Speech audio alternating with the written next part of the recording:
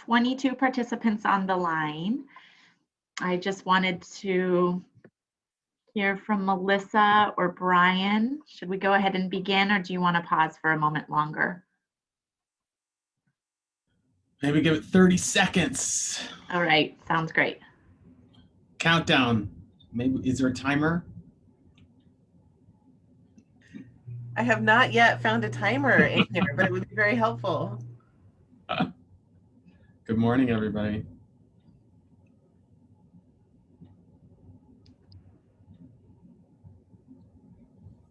All right, I think we maybe gained one additional participant. Well, should we do it? Oh, Samco just arrived. Great. All right, well, let's go ahead and begin. Good morning, everyone. Today is March 18th, and so we are starting the spring meeting of the Youth Development Division and the Youth Development Council. I welcome you being here. As you have known from the past couple meetings, we have determined that we'd like to begin the Youth Development Council meetings with a land acknowledgement. So I'm going to go ahead and read our acknowledgement. I'd like to acknowledge the many tribes and bands who call Oregon our ancestral territory and honor the ongoing relationship between the land, plants, and animals and people indigenous to this place we now call home. We recognize the continued sovereignty of the 9 federally recognized tribes who have ties to this place and the subsequent bands within those tribes, and thank them for continuing to teach us how we might all be here together. All right, so we have a lot today to discuss on the agenda. The first thing that we have up is, as always, the roll call. This is a reminder that today is a public meeting, and so we will have an opportunity at the end for those of you who are not called. We'll have a public comment period where you can talk. But for now, Melissa will go ahead and I believe go through members of the council and members of the staff. Melissa, do you want to get started? I will. Just admitting Christina as well. All right. Pamela Abernethy. Here. Janet Ahrens.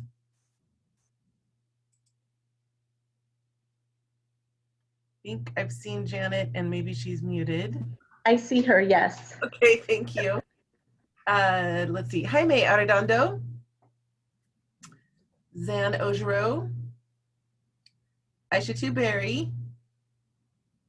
Eric Cardella. Here. Parasa Chanrami. Here. Janine Hartley. Here. Alicia Hayes. Here. Celeste Jansen. Here. Andy Leonard. Tabidi Lewis. Adrian Livingston. Here. Christina McMahon. Here. Maricela Ortega Guzman. Here. Destiny Ortiz. Jeff Parker. Molly Rogers. Here. Diana Rojas. Here. Karen Spencer said that she will be joining us in about 10 minutes. John Teague. Liz Thorne. Here. Koi Vu. All right, and then we have our ex officio members, Nakia Daniels, Sam Coe. Sam is here. All right, thank you, Sam. That is the end of roll call. Thank you, Celeste. All right, Brian, are you ready to get started with the director's message? I am. Thank you. Melissa, do we have a quorum? I am Maybe tallying things up right now, so. We do have a quorum, just at the quorum. We have 13 right now, and then I know that Karen is joining us in a few minutes, so we'll be well over having a quorum. Awesome, thank you. And Celeste, maybe you said this, and so excuse me for repeating. Just as we go through the rest of the meeting, not necessarily.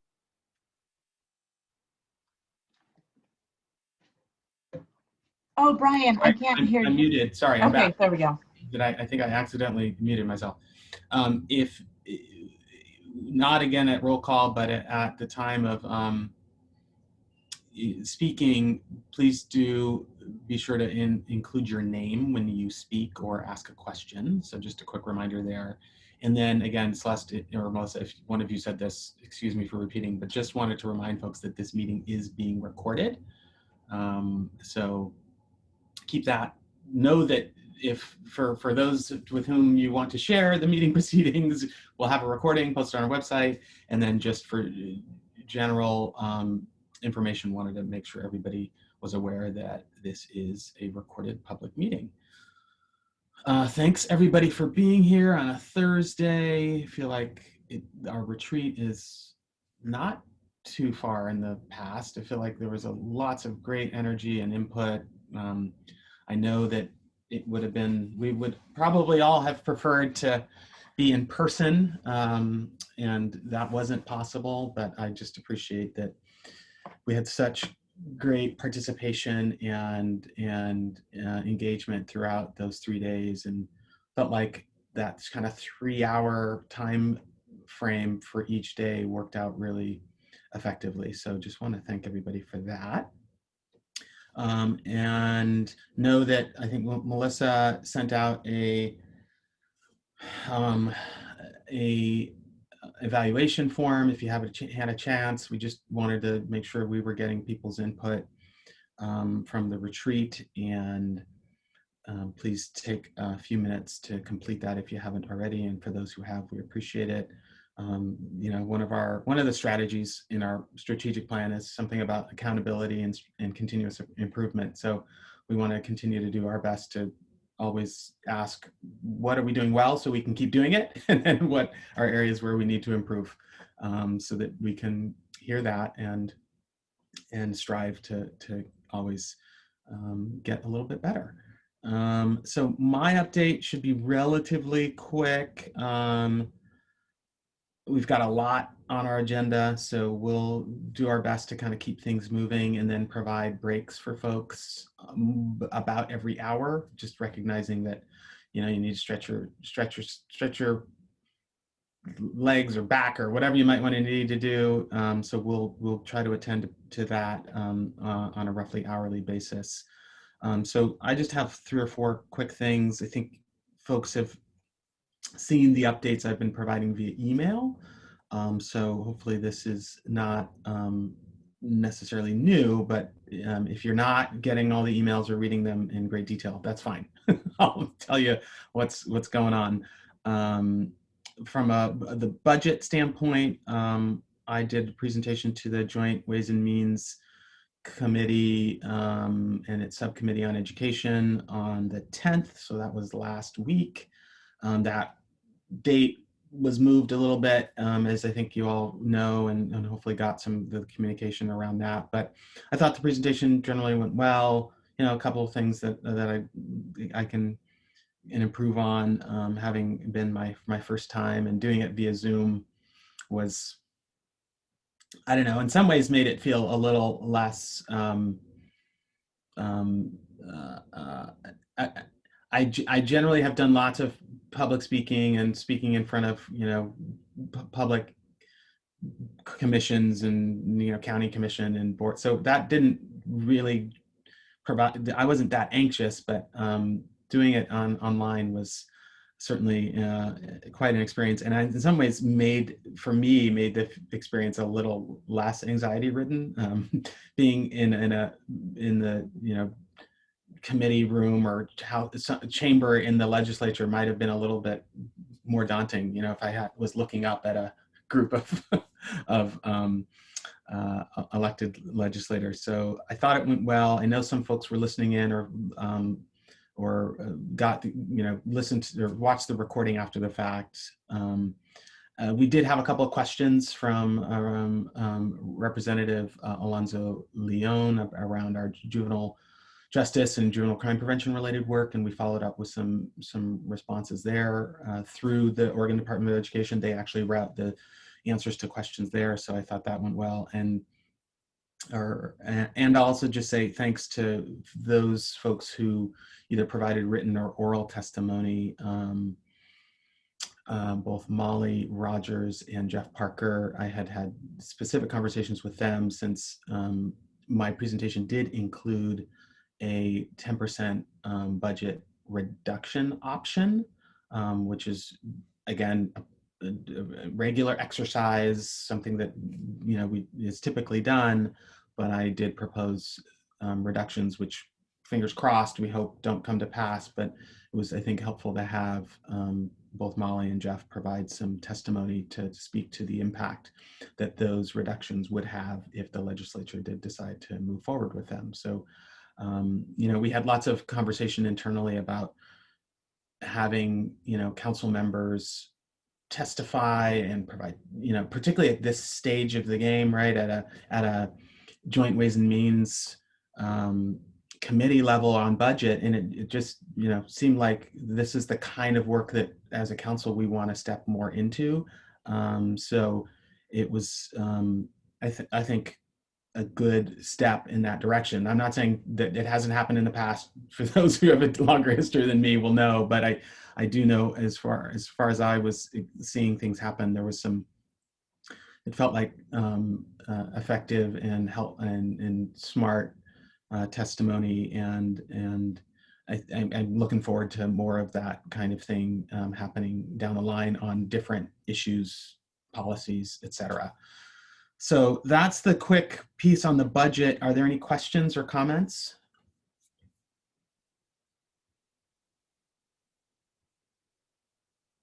All right, I'm going to keep moving forward. The next piece that I wanted to update folks on real quickly is the legislative update. As I think folks know, we've got a couple of specific bills that we are working to advance. One is HB 2051, which is a bill around re-engagement eligibility and increasing the age from the sort of max age served from 21 to 24. So that bill passed on the House floor, 53-1. I was, clapped. I see it, Parsa. I watched it at 8:20 or 8:30 on a whatever night that was, Tuesday, maybe Monday. I can't even remember what the date was. Representative Janine Solomon from District 30, the Hillsborough area, carried the bill to the floor, and so that so far has passed the House. I think it will go to the Senate and other next steps in April. So more to come on that, but first step completed, and we're feeling really good about that. Senate Bill 54, which is our bill around some statutory fixes, and also it's a companion to a bill that OIA has, and their bill is Senate Bill 83. So we've been pushing on that for the last few weeks to try to get things moving, and there's a public comment scheduled for March 24th, and then a work session scheduled for March 31st. So we're excited about that actually happening kind of like right at the end of the month. It took some maneuvering. It was in the Education Committee, and we had to move it to Judiciary, and that has happened with some help from some of our friends in the legislature. Senator Dembro and others were helpful in that respect. So I will provide testimony on that next week on the 24th. And there's nothing else needed from council at this point on that. And that's just a quick, here's what this bill does presentation, and then happy to keep folks informed if we see any other needs coming down the pike. But I think that one is also fairly straightforward. OIA's bill doing some similar statutory fixes from their end, I think was already carried to the floor. So we're feeling good about that. We're watching several other bills. I'm not going to go into deep detail where we just are watching if they have some youth development or juvenile justice impact. Court is on it in that respect, and other staff are being pulled in as needed, but generally feeling good in terms of where we are with our legislative efforts. Cord, anything worth adding from your perspective? Not at this time. That was a great summary. Thanks for asking. And this is Cord Bucher with the division. Thanks, Brian. Yeah, thank you, Cord. Any questions from council or staff?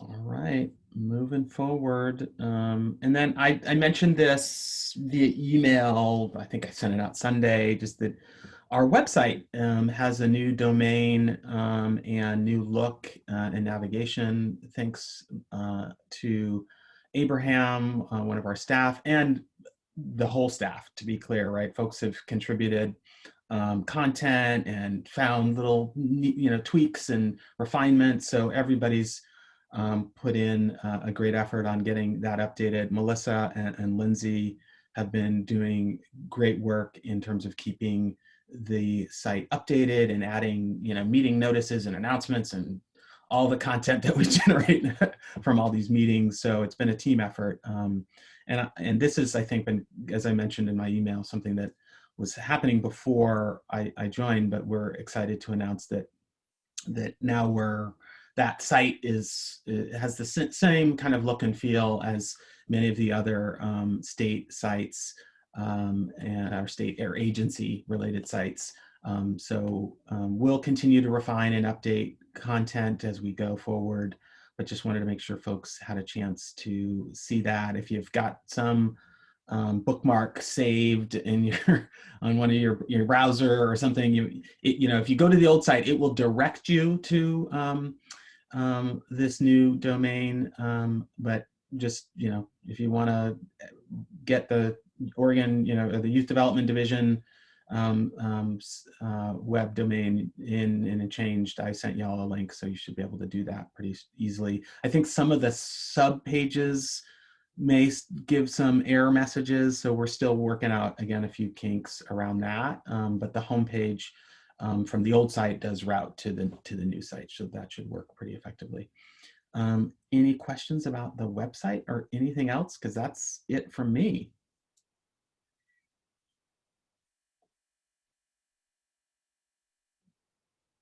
All right, I will, it's 1 minute early, we're moving. I'm gonna turn it over to Cord, who's gonna talk about the SB 15 rules, and we'll have a vote on this. So this will be the first of several during this meeting. Cord. Hey, good morning, everybody. This is Cord Bucher with Youth Development Division. And Ryan Shands will also be participating in this, so I'll let him introduce himself when he jumps on. I'm going to quickly talk about where we're at with these rules, kind of frame this, and then I'll turn it over to Ryan to talk more about the impact of the rules once passed on compliance monitoring and the next steps as far as guidance is concerned. Melissa, are you able to just put up the summary document that we've shared with just the changes that we've made to the rules? I know we've shared these draft rules. They came out back in early December. They were published. We actually didn't get a lot of public comment. We did receive some recommendations from Council Member Chief Teague, and we implemented those changes, mainly clarifying some of the data collection requirements and also answering a couple of questions he had about the rules. And so we have this document. We also shared out, along with the final rules for adoption, that I just listed all of the significant changes. There may have been like a comma or something that changed, which I have not tracked in this, but any wording changes, certainly anything significant is in here. So I'm going to just quickly scan through this and just talk about the things that we did change. Most of these are actually the result of Ryan's continued work just to make sure that we had aligned our rules with any new federal guidance that has come out, or anything we anticipate. And so the first change here was the adult jail and lockup definition. And really we just simplified the definition because the federal definition is actually expanding. And so the specificity that restricted it to certain facilities is no longer being used by the federal government. And so this is to align with the current federal guidance and the reporting we're expected to provide in 2021. One thing that we made a minor change to the compliance monitor and RED coordinator definitions, just to note that they are roles rather than positions. And that's just so that if the title were slightly different, or if someone were filling in within the role, it doesn't necessarily go against the rules. So we just want to have that flexibility if needed for the two functions of staff within this compliance monitoring work. If you want to scroll down, Melissa, there's an update to the construction feature definition. This is to align with the guidance from the feds. We also removed a sort of a vague reference to restraint chairs. There's going to be some clarity on that. One thing I'll note as we're going through this is that generally speaking, where there is a lot of specificity in federal guidance, that's guidance that is going to be referred to in the rules and transmitted by the compliance monitor, that being Ryan, through regular updates to the affected entities that we monitor. So continuing down, you can see there's a few revisions. I'll just scan through and see if there's anything that I should note, and then I'll pause if anyone had questions about any of the changes. 111 was just, there was a sort of the way it was worded, it said that a juvenile's, if a reasonable person would believe that he or she is not free to leave, the feds have moved away from that being a way to determine if someone is detained. We also added something to indicate that when a young person is being held for their own benefit, that is a key factor in determining whether a youth is detained. And this is, again, reflecting federal guidance and rules. We revised juvenile offender. I believe that was another clarification that Chief Teague had suggested. And so the wording is in the final rules that were shared. We've used the term monitoring agency rather than referring to YDD throughout. It just sort of keeps it a little bit more in the style of rules. Survey definition, yes, there were some formatting changes, and then we had to revise a title of a chapter. So that's really it. Those were the changes that were made from the draft that was shared in December with the council. And then, of course, you've had a chance to see both of these changes in the final rules. So I will pause for a moment, see if anyone had any comments or questions about the changes or the rules themselves.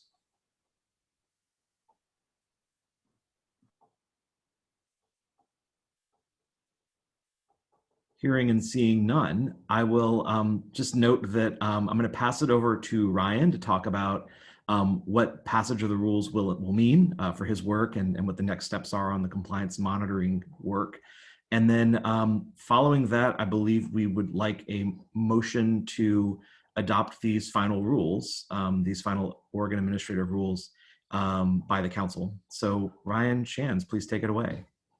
All right, thanks, Cord. Good presentation. So I'm going to share my screen real quick, guys, and have you take a look at what an effective system of monitoring looks like really quick, because what we're voting on today potentially is solidifying one of the 8 required points of an effective system of monitoring required by OJJDP of states participating in the Juvenile Justice and Delinquency Prevention Act as part of receiving the Title II funds.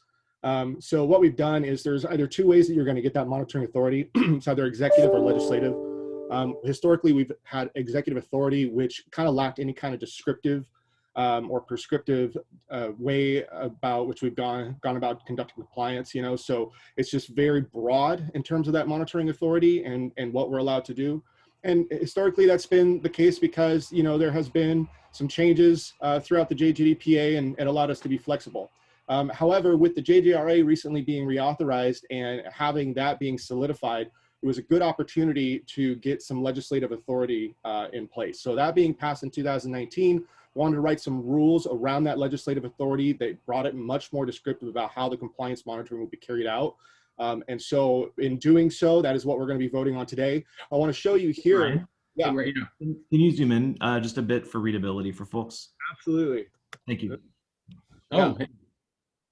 So right here, 34 USC 11133A2 is what we're satisfying today by adopting rules around this legislative authority. It helps solidify that monitoring authority that we'll have, and we could say to OJCP that we have solid legislative authority with rules that are adopted by our state advisory group for the purpose of conducting our work. And I just wanted to say that what the rules do down here, and just to give you an overview, is the rules will allow us to identify facilities for the monitoring universe, which is a list of facilities that we have to monitor annually, report on, inspect, etc. So we can do that. We'll satisfy the classification of the monitoring universe by clarifying which types of facilities we'll be classifying federally. We discuss inspection of facilities and solidifying that an institution will be inspected triennially and that facilities will be spot checked. And then we even have data collection, verification, and analysis. We've defined what data is in terms of what we're interested in looking at for facilities. And so I will say that the rules and the way they're written butt up completely right up to the requirements for what is expected of states in order to maintain the Title II funding. And it basically, we're trying to create this document that really can show facilities just in the way it's written what the expectation and outcome of compliance would be. As a result of the adoption today, we'll be producing guidance manuals. There will be 2 primary guidance manuals that I'll be creating over the next couple months. The council will have an opportunity to review those prior to their publishing. And the guidance manuals will be to address mainly 4 classifications of facilities that are defined here in the rules. And those are adult jails and lockups, which can include everything from a university police department that has a secure holding area at a football stadium to the Marion County Sheriff's Office, right? And then secure detention and correctional facilities, which include everything from OIA to county detention. And so, the 2 guidance manuals will address respectively those core requirements as they apply. And we're gonna illustrate which exceptions are available for facilities and really kind of through this guidance, illustrate the proper way to carry out those exceptions in order to stay in compliance. So that way all the reporting is done and streamlined. So that's our goal here, that by the end of the year, we'll have a better system of compliance monitoring in place. So any questions?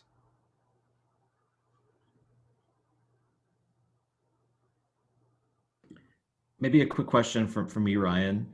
In terms of the guidance that you're creating, so my understanding is that you'll be developing that from the federal guidance and then also working with the Juvenile Justice Committee of the council. And then I don't believe it has to be approved by the council, but you will bring it to the council just for their awareness and information. I really appreciate you breaking that down, Cord. Yeah, so they're obviously, we're going to follow the process of going through the Juvenile Justice Committee first with the first iteration of the document once we produce it, and it will be based solely on federal guidance. And so then we're going to be looking to the committee to also assist in providing any recommendations as necessary to improve the readability of the document, making it more practical. And so those are things we're absolutely interested in. Great, thanks. All right, well, if there's no other questions, I'm going to stop sharing my screen.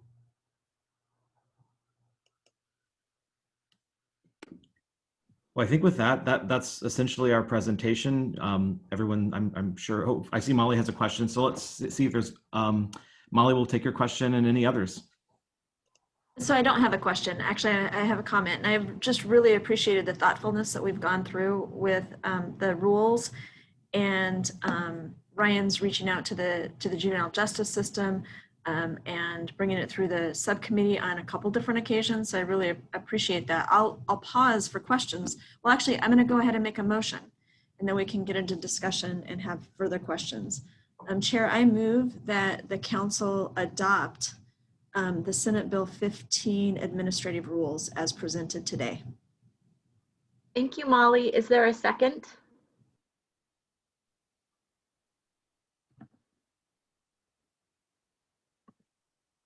Second. All right, thank you, Pamela. So we have a motion on the floor that's been seconded, and at this point we can have conversation about that motion. Molly, did you have another point to make or comment?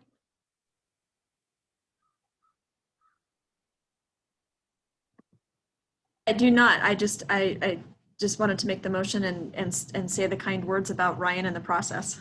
Great. Thank you. I really appreciate that. Okay, I'm leaving it open for any other council members to raise any questions, any comments about the motion on the floor before we go ahead and vote. I am not hearing any. I'm going to pause just for a moment longer to make sure.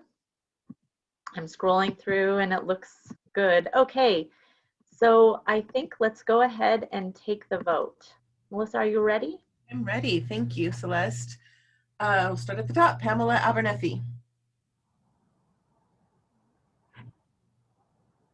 Aye. Janet Ahrens. Aye. Jaime Arredondo. Zan Ojiro. Aishatu Berry. Eric Cardella. Aye. Parasa Chanrami. Aye. Janine Hartley. Aye. Alicia Hayes. Aye. Celeste Jansen. Aye. Andy Leonard. Aye. Tabidi Lewis. Adrian Livingston. Aye. Christina McMahon. Aye. Maricela Ortega Guzman. Aye. Destiny Ortiz. Jeff Parker. Molly Rogers. Aye. Diana Rojas. Aye. Karen Spencer.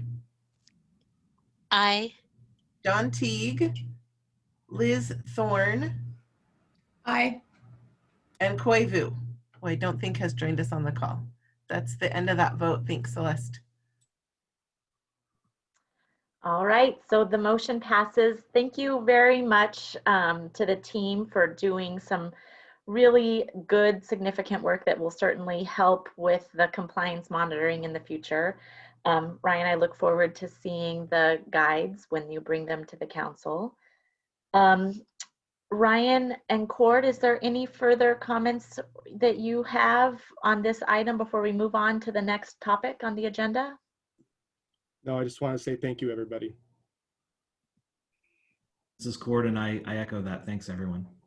And thanks, Ryan, for all your work on this. It's what I'm paid to do. All right. So great, we are right on time. The next component of the agenda, I think, will take us through until a break. We are going to talk about the next cycle of funding that the YDC will put out, the 21-23 request for applications and our funding process. Brian, who's going to cover this from a YDD standpoint? We're going to turn it over to Abraham and Paul, according to my notes. So Great. I think Welcome. they're going to, yeah, share screen or have a presentation that you all get to take in. So I'll turn it over to them. Good morning, everybody. Morning, everybody. So Melissa, if you wouldn't mind sharing your screen with the slide deck, would be great.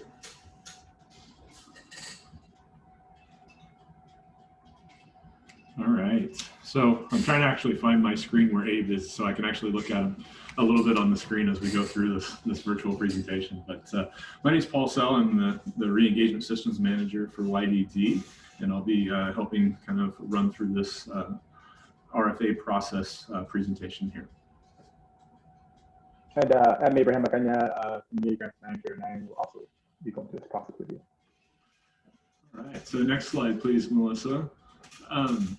So I wanted to provide a little context before we get started in this presentation. You've heard a lot of presentations from both myself and Abe regarding the process as well as our grants. And obviously back in September, we did this similar presentation for re-engagement with the launch of those RFAs. And so as outlined in our administrative rules, this presentation is really for the community investments, the grant prevention, intervention, and the re-engagement funds that we issue each biennium. And so as part of those rules, Youth Development Division, we establish a process. The process must be approved by the council, and then the council reapproves this process each biennium. And so since we're moving into that new biennium, that's why we have brought this presentation forward in regards to this process for the 21-23 biennium and the youth grant process.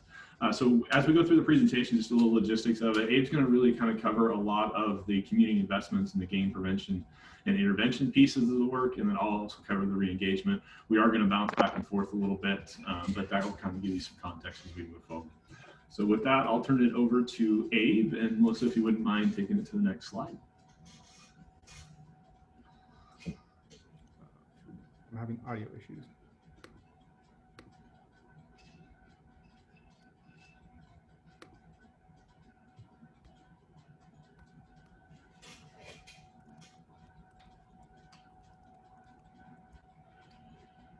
Abe, we don't hear any audio right now. I just want to double check that everything's running smoothly. I think Abe is working on it. All right, Okay. so while he's working on that one, this is a slide that I think either one of us can kind of take. I'll jump in while Abe's working on his sound. So we wanted to really kind of define where our YDC, YDD funding is. And you can see where we have those two big grants. And you've seen a lot of these slides at the retreat. So we'll go through them pretty quickly. But obviously at the top, we have our youth grants. That's our RFA launch this spring. And that's what our focus is today. And then obviously we have Anya's side of the juvenile justice and delinquency prevention. And those are funds that come out and those are aligned with the federal fiscal year. And so you can see there where it breaks it down on the youth grants really focused on support, prevention, intervention, as well as disconnected youth or who are at risk of disconnecting from school and work for youth grants. The juvenile justice and delinquency prevention is really focused on reducing juvenile arrest, recidivism, and entry into OIA in general, and then also serving youth that have those identified risk factors. And so that's really, we wanted to make sure that we kind of clarify which grants we're looking at, which is the youth grants, which will be launched this spring. And then if you want to go to the next slide, please, Melissa. And Abe, I don't know if your sound is back up. I think it is. Can you hear me? All right. Yes, I can. Okay, perfect. So I'm going to go over the youth grants and YDC plan goals. So one of our goals through strategic planning was kind of system transformation and alignment, and doing this through investing in that. We'll explore alignment of grant making priorities, programs, and measurable grant outcomes kind of with the following goals. Identify and remove system barriers and gaps, reduce disparities and achieve equitable outcomes, build assets, protective factors, and strengths-based practices for youth, engage, re-engage, and advance youth learners, and prevent and disrupt crime and violence and promote youth safety. Next slide. And so here what you'll see is kind of a review of what we had in the past. So it kind of gives an overview of our youth grants portfolio. We'll kind of go through it here. So we have our community investment grants. It's multiple initiatives serving youth ages 6 to 24. Some of this, like I mentioned before, is going to be review. It addresses various barriers to educational and workforce success, programming services that are measurable, effective, and linked to the program outcomes. Reporting outcomes include program-specific and general participant data. And then we have our re-engagement fund, which is serving youth ages 14 to 21 to reconnect and complete their high school diploma or GED, education access, and programs linked to defined re-engagement services. Programming requires re-engagement partnerships and monitoring of educational progress, and finally, reporting outcomes, including educational and post-secondary progress outcomes and specific re-engagement data.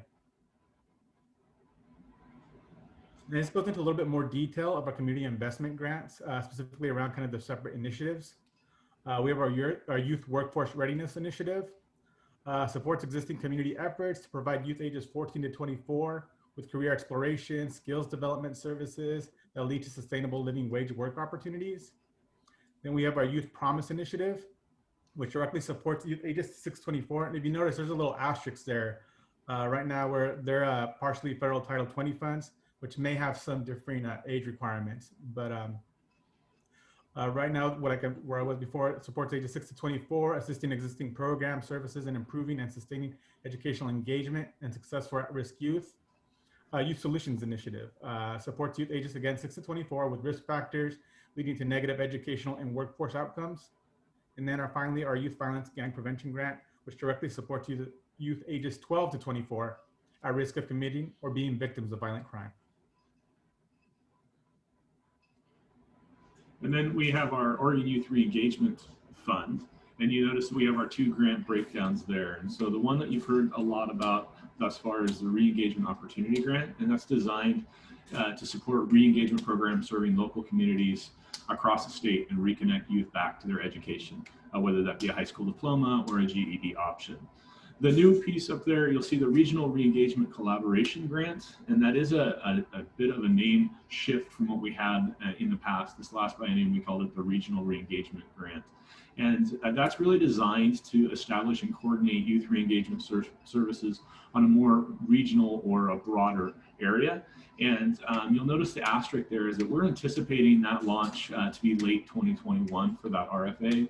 And the reason being is we really want to see where those opportunity grants land regionally. And we've had a lot of conversation about regional work in terms of how we're going to do the grant application process. And it made the most sense to take that regional piece off of the RFAs currently so that we can see where those opportunity grants land in re-engagement and then design regions around that regional collaboration grant that mirror where our opportunity grants are as well as where they're not. So that we can really help support that re-engagement system building project work. And so more to come on that, but just wanted to note that with that asterisk. Next slide, please. So one of the things we wanted to do is provide some context. And my understanding, obviously being new to YDD this year, is that we don't really have a firm budget as of yet, because we have the governor's recommended budget. That's obviously, there's a lot of process between now and when that final budget from the legislature comes out. But you can see here a comparison of the 2019-21 biennium, our current grants, and then the 2021-23 biennium governor's recommended budget. Again, that's just the recommended budget that we're working off of right now to kind of give some context of where we're at. You can see that that recommended budget does have an increase of about $5 million within that. A couple things to note: you can see some small increases in the general fund as well as the Title 20, but the biggest increase really is around youth re-engagement, and that was a planned piece, as the $4 million for youth re-engagement this last biennium was focused on a 1-year service, and so that's obviously doubled for the next biennium round. So that was something that we were aware of coming forward. We're excited to kind of move forward with that, and so we'll go ahead and go to the next slide, please, Melissa. And one of the things we wanted to do is to try to just quickly capture the different grants we have in this portfolio. So this slide is designed to really show you the connections that we see as YDD staff between each of those grants. And so the top 3 are really highlighted in that kind of orange color. You can see the Regional Re-Engagement Grant, and that's that coordination and expansion of re-engagement opportunities regionally. And then the grant award there is between $100,000 to $240,000 max on that grant opportunity. The opportunity grant is what we're going to be launching this spring for re-engagement, and that's focused on the delivery of re-engagement services, which include the outreach, education, skills training, and supportive program that were outlined in the last RFA. And again, you notice that we've actually mirrored those grant award amounts from a minimum of $100,000 to $240,000 max award. And that last one that you see there in orange is the youth workforce readiness, which we'll talk a little bit more about that alignment in our committee updates. But Jared has joined the team as part of the workforce re-engagement team with his focus on workforce.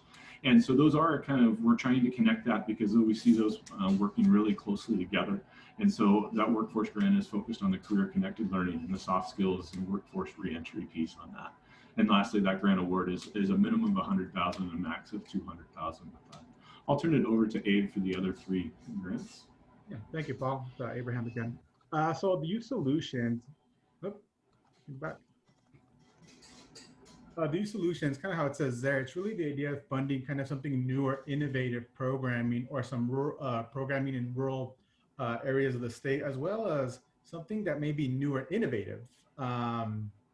Systems level type change work, restorative justice type work, but something that may not be right in front of us or promising practices that's being developed as is right now. And around that, the funding is a little bit less, understanding that this is with the idea of things that are starting out or being developed, or innovative or new.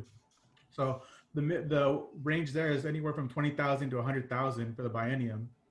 Then next we have our Youth Promise grant. This is more of our more traditional grants around kind of mentoring, after school activities. As you see, there's pro-social services and positive relationships. And the range for that one is 100,000 to 200,000. And finally, we have our youth violence and gang prevention. And this is really around funding reentry services, community outreach, trauma-informed practices, serving youth that are at high risk of being victims of violence or committing violence. So the grant award for that one is between 50,000 and 100,000. So next slide, please, Melissa.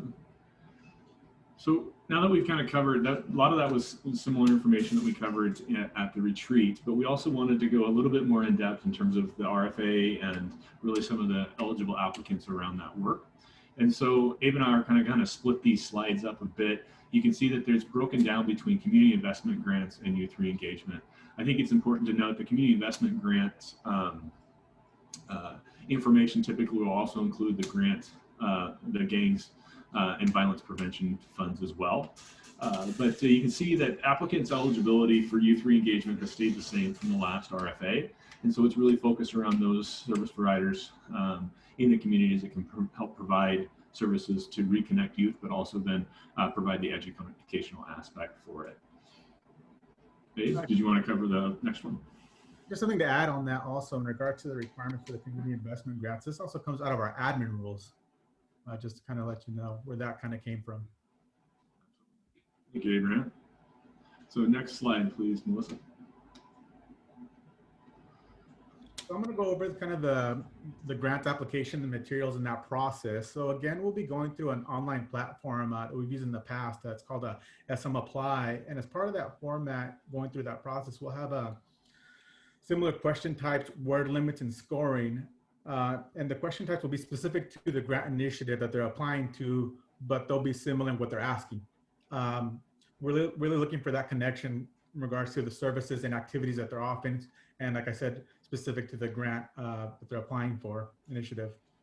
We'll be asking about youth population, who are they serving, program services, specifically the activities that are taking place at where, service area, right? Then we have another one, equity and voice.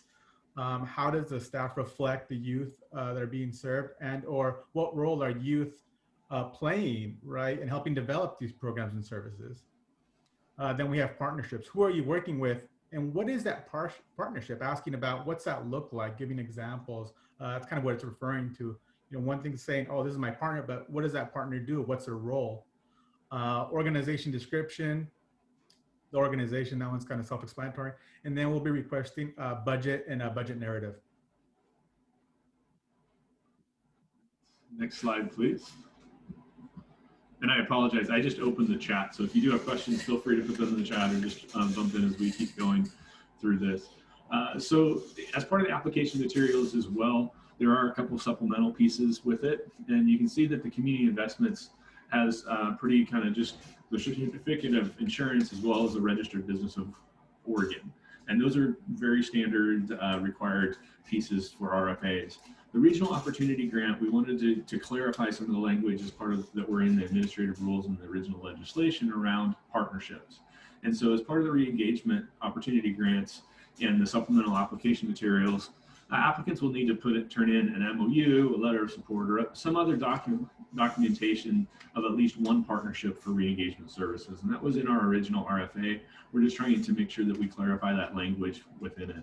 I also think it's important to note that during the application stage, it may not be a formal MOU at this point. It's just something recognizing that that intended partner understands what those requirements are moving forward. And then during the grant negotiation is when those formal letters can be turned in as well.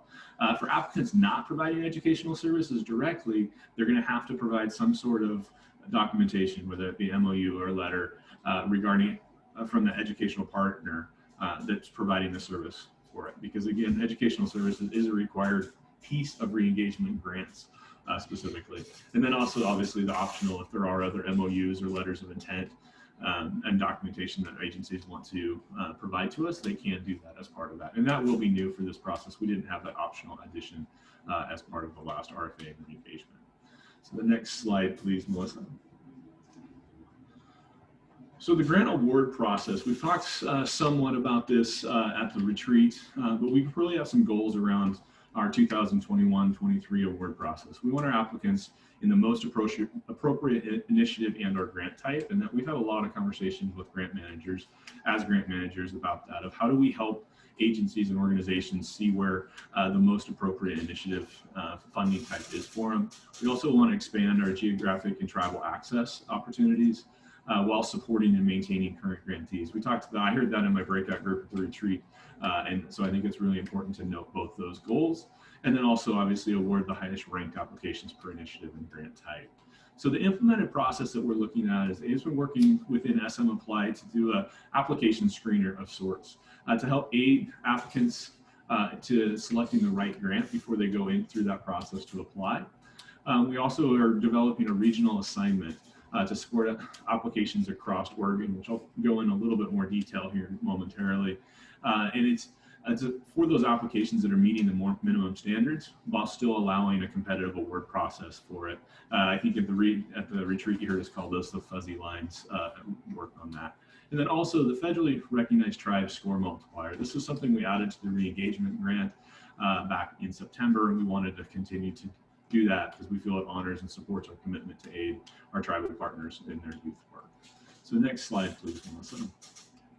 So that grant award process, you heard me refer to the regional assignment of applications.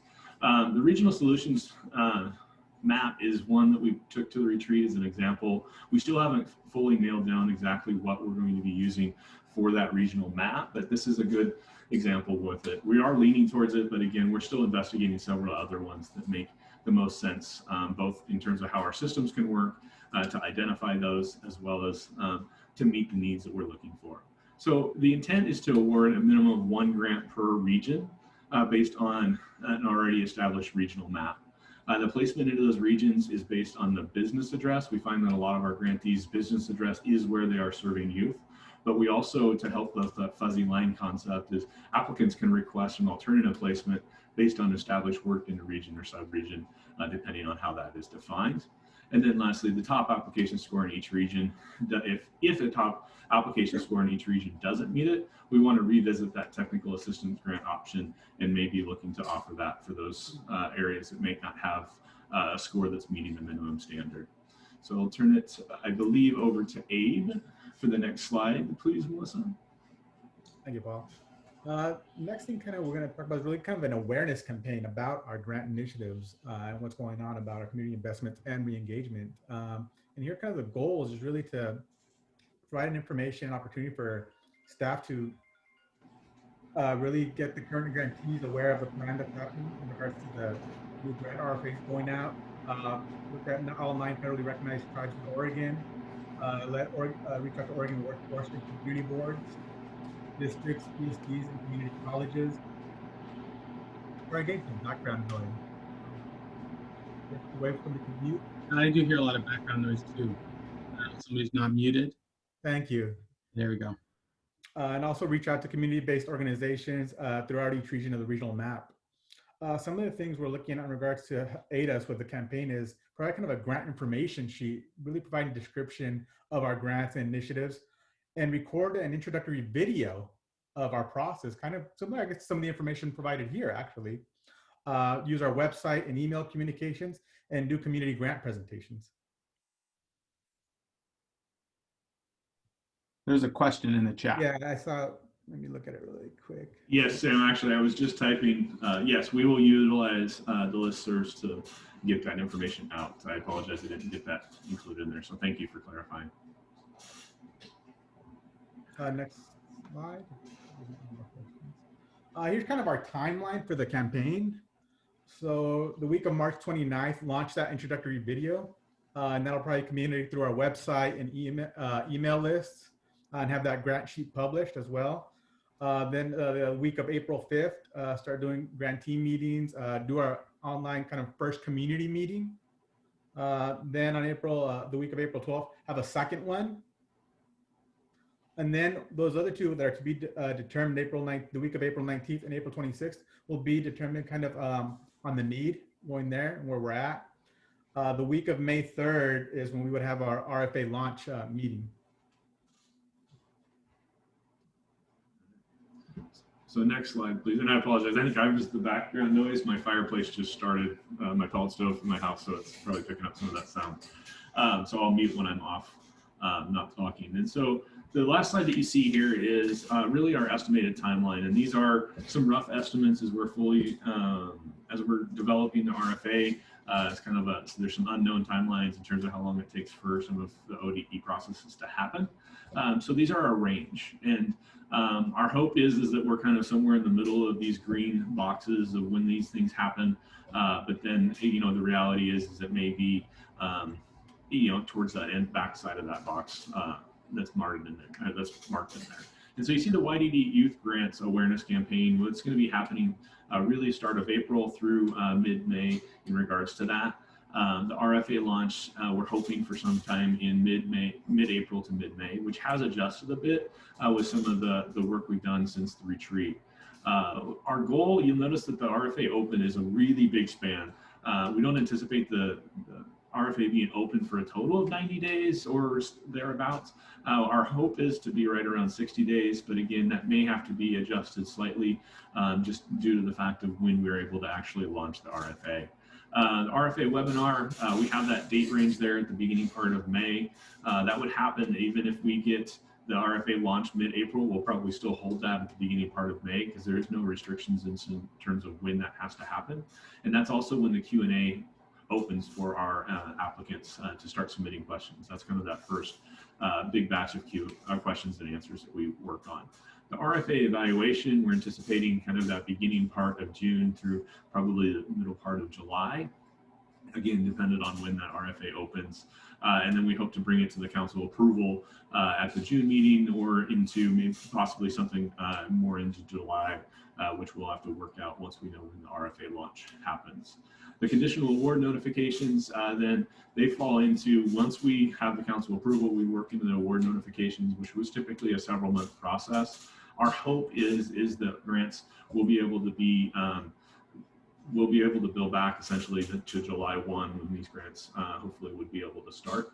And so we're working on getting some clarification and work around that. Again, that's just our focus and our hope as we're moving forward within that. So Melissa, if you want to move it to the next slide.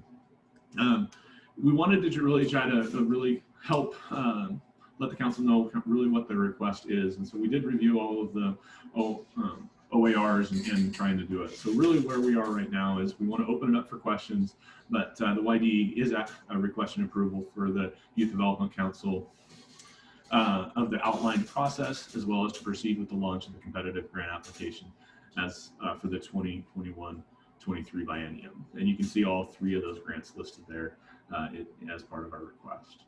So with that, we'll open it up for questions. And Celeste, I'll look to you in terms of some guidance as to what you'd like to go next. Great, thank you.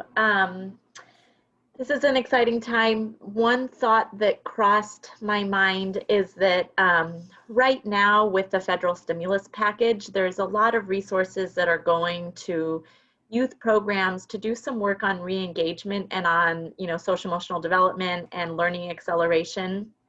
And what that will likely look like is a large amount of resources coming through either the state or districts to do contracting right at a similar time. I mean, I think May will probably be a time where a lot of those contracts are going out also.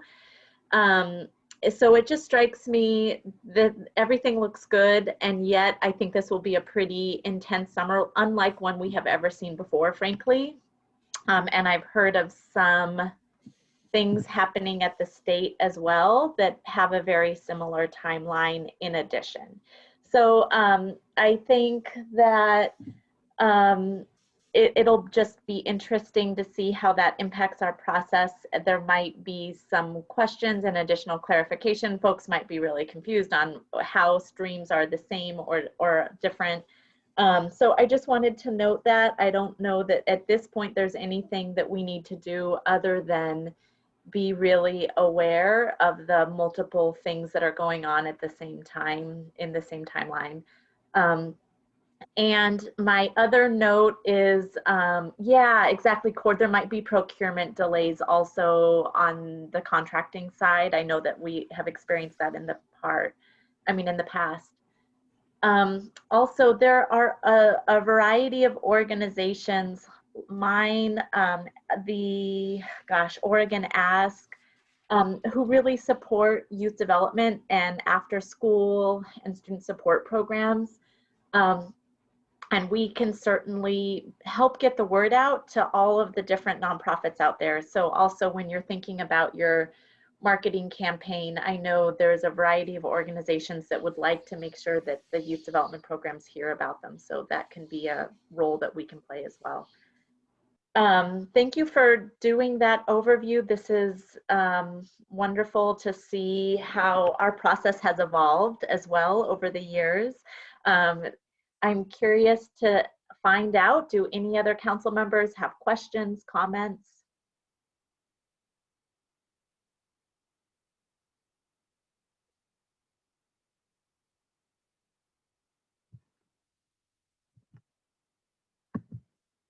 Oh, I can't see everyone. I think I might have seen, if you do have a question, go ahead and unmute yourself. Okay, I wanted to add something really quick. I think just kind of a point of question. Can you hear me? Yes. Okay, yeah, just a little bit of background, because I think just sort of the current grantees and previous grantees, some of the grant names may have been a little bit different, but just to give a little bit of history, the Youth Promise one aligns a lot with what we used to call the Youth and Community Grant, just to kind of let everyone know. And the Youth Solutions also came from something that used to be called the Youth and Innovation Grant, just to give some point of reference as to kind of where those grants came from and how they evolved into what they are now.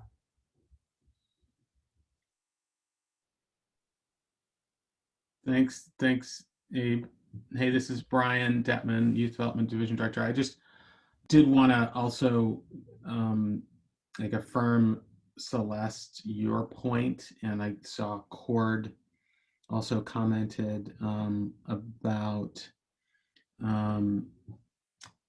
this sort of late spring and summer being unlike anything we've seen. I've been involved kind of at an initial level with some of the conversations with the governor's office about, I think, a pretty big investment in summer learning and summer enrichment. You may have seen the announcement from ODE. Probably should have included this as a part of my update, but it's kind of preliminary, but there's like a multi-million-dollar investment that the state is going to make in summer learning and summer investment. I think a lot of those dollars will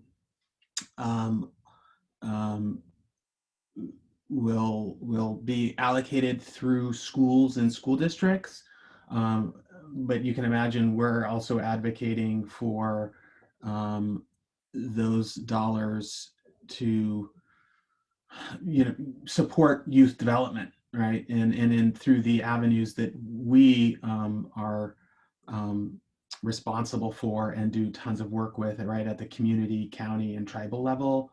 So I don't know exactly what that will look like, but just know that I've been in some initial conversations with staff in the governor's office to ensure that our sort of youth development perspective, voice, and then those partners that we fund are considered at the table. And then the last thing I'll note too is that, and I think you saw this and have seen this in some of the announcements, that there are conversations going on to ensure that these public dollars are also well aligned with like private and philanthropic dollars. So I think it'll be interesting to see how that plays out and to what extent some of the statewide foundations are supporting and participating in that process of getting these summer enrichment and summer learning dollars out. So more to come. I would be continuing to watch out for that information. I'm happy to keep the council informed. Deltra, I see in the chat somebody noting that you had a question as a guest. Deltra, can I ask you to throw that into the chat and then we can go about answering it that way? Thank you. Thank you, Brian. And Celeste, I also wanted to acknowledge the communication piece on it. So we are trying to figure out new ways. So if you have ideas like that, that's awesome.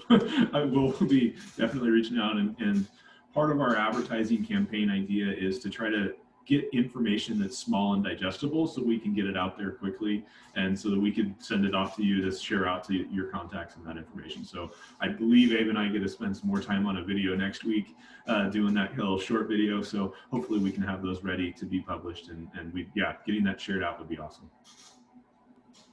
Yeah, that sounds great. It just strikes me too that Grant Makers of Oregon and Southwest Washington, for example, are a really nice place where a lot of those existing organizations are approaching philanthropy for resources. So they usually have some lists. I work with Oregon Community Foundation and Ford Family Foundation pretty closely, and both of them have mechanisms, but also, we just try to be really strategic on how to do outreach.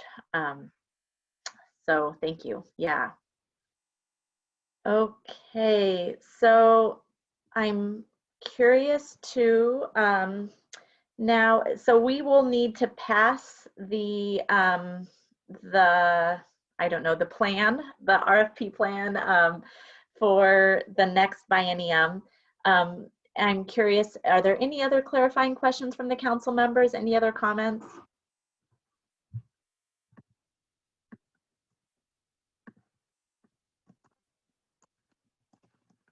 Okay. If there are not, let's, do I have a motion?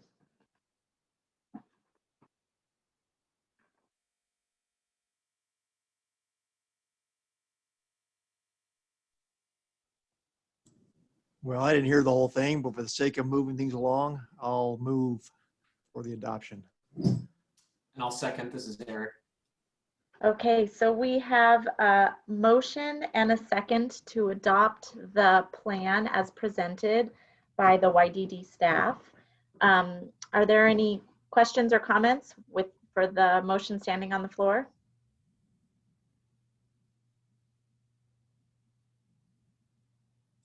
All right, it sounds like we are ready for a vote. Melissa? Great, we'll do the roll call vote. Pamela Abernethy? Aye. Janet Ahrens? Aye. Jaime Arredondo? Zan Ojiro? Aisha Berry? Eric Cardella? Aye. Harasa Chanrami? Aye. Janine Hartley? Aye. Alicia Hayes? Aye. Celeste Jansen? Aye. Andy Leonard? Aye. Tabiti Lewis? Yes, in favor. Aye. Adrienne Livingston? Aye. Christina McMahon? Aye. Maricela Ortega Guzman? Aye. Destiny Ortiz? Jeff Parker? Molly Rogers? Aye. Diana Rojas?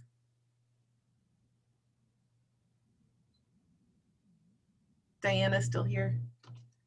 Let's see. Karen Spencer? Aye.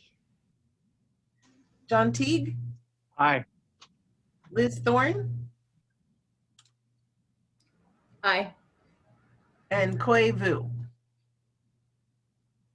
All right, that concludes that vote. Thank you. Great, and Melissa, we had a quorum, and so that motion passed? Yes, absolutely. Okay, wonderful. Okay, so we now have a break on the agenda. Brian, I'm looking to you. Should we break for 10 minutes, or do you want to make an adjustment? Let's go for 5 so maybe we can get people out on time or early. Great. Okay, so 10:15, we will reconvene. So let's take a quick 5-minute break. Thanks, everyone.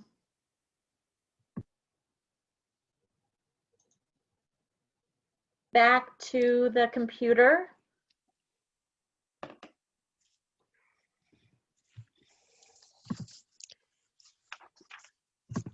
I'll give you just a moment to get back.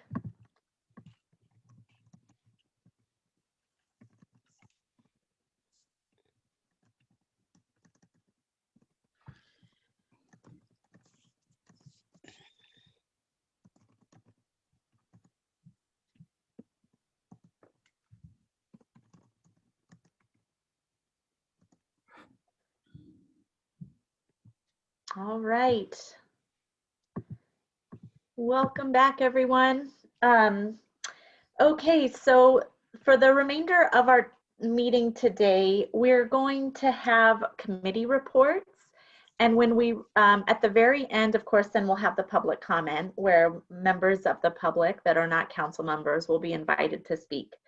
What we're going to try to do for the committee reports is have a report from our strategic planning committee that includes both, of course, council members and staff, and then the Juvenile Justice Committee. These are fairly lengthy reports because there's been a lot going on. We're going to try to wrap up those two by around 11:30, have a 10-minute break, and then we'll come back and have the rest of the committee reports.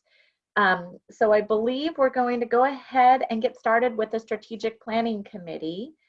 So Karen, I'd love to invite you to begin. Okay, wonderful. And if Melissa could put up the document, that would also be helpful to share with everyone. And I hope that everyone enjoyed the retreat and that you have placed your feedback in. I will confess that I have not, but now that I have reminded you, I am going to get it done today, Melissa. I promise I will be providing the feedback. So please do that so that we can make future retreats better. So this is an exciting time from a strategic planning perspective as we're coming near to the end. But I wanted to start kind of with the beginning. I went back through my meeting notes, and we started this process in September of 2019 was our first strategic planning committee meeting.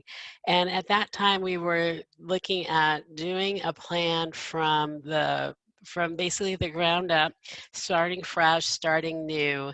And we started by working on the vision. And when I looked at the agenda notes, it reminded me that we thought we were going to have this like all signed, sealed, and delivered by May of 2020. And not all delays are bad delays. I think that, you know, the pandemic has certainly focused us, honed us on critical issues, and we've actually had greater resolve concerning this process than I ever imagined over the last year. Between the strategic planning committee meetings, subcommittee meetings, and work group meetings, there's probably been a meeting, if not every 2 weeks, at least once a month, even through the summer and the turmoil that we have had. So I'm going to start with the vision, mission, and then do the values and beliefs and say those out loud. And you'll probably hear me say this time and again. At the point that we are sick of hearing these things is about the point where they will really start working. So let's look forward to that day when that happens well into the future. So our vision is all of Oregon's youth have the opportunity to thrive and achieve their full potential. Our mission is, the YDD's mission is to align systems and leverage community partnerships to ensure integrated, measurable, and accountable services for youth ages 6 through 24. YDD programs support educational and career success, focus on crime prevention, and reduce high-risk behaviors. And I want to footnote one part about the mission. After the retreat, the Strategic Planning Committee met and felt that we might in light of everything that we learned and assessed at the retreat, we might tweak the mission to be more in line with what came from the retreat. So we weren't able to come to anything final, but the Strategic Planning Committee will be meeting in the future to work on that. I feel like we're 80% there, and we just need to get a little farther along on it. The next are our values: equitable access, equal opportunity, youth-centered approaches and results, inclusion and innovation. And for each of these values, we spent a lot of time figuring out what it meant to us, what was the most important to us, and how they were going to work. So these values are very fundamental, and they lead into our beliefs. We believe all youth should have equitable access to supports, services, and opportunities. We believe in anti-racism. We believe all youth should be supported without either replacing or usurping family values. We believe in identifying innovative avenues for youth success. And these are beliefs that I think are well-founded and are ones that are going to be guiding lights for us as we proceed forward as a council and division.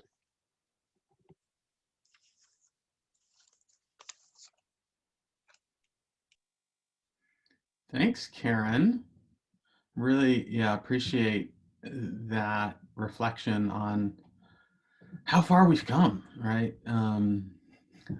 Lots of meetings, some transitions, right? It started with Serena Stoudemire Wesley as the director when the strategic planning process started. And yes, in the midst of a pandemic in the spring and summer, which continues, and racial reckoning, fires, snowstorm more recently. Yeah, there's a lot, and yet here we are. So it's really exciting to me to be at this point and just appreciate everyone's thoughtful contributions and patience and fortitude. So Cord and I are going to kind of take it from here. Assume everybody can follow along because Melissa's sharing her screen. We sent this out late last week so that we didn't quite give you a full week to digest it all, but tried to give you as much time as we could because we just wanted to get everything incorporated as we could from the retreat. And so again, Cord and I will kind of take it from here. Just know that our goal this morning from this committee report is to then at the end answer any questions and then have a vote around approving this I'll call it sort of executive summary version of the plan. There's still work to be done.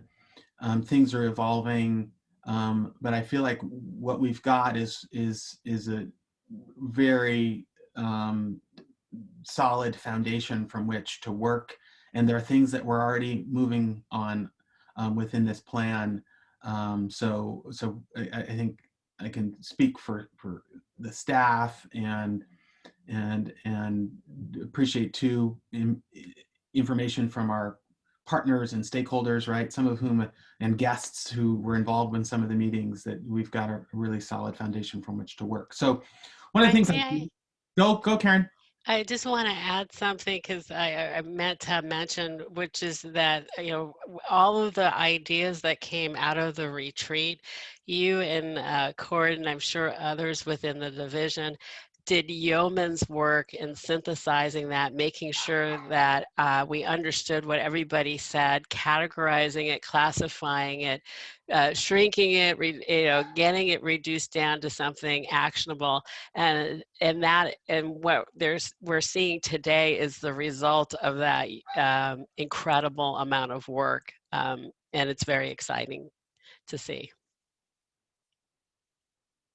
Thank you, Karen. Yeah, team effort, and excited to bring you what we've got. So This first piece, theory of action, I had intended to talk about this in a little bit more detail in the retreat, and just time kind of got short, and yet it felt important to at least share the most recent thinking around the theory of action. Excuse the fact that there are probably a few more words in here than I might want, but this builds on work that the council and the division were doing in a strategic planning process that dates back to 2015 or 16. So hopefully this doesn't look that new to you, but it is our kind of first step in outlining for people kind of what our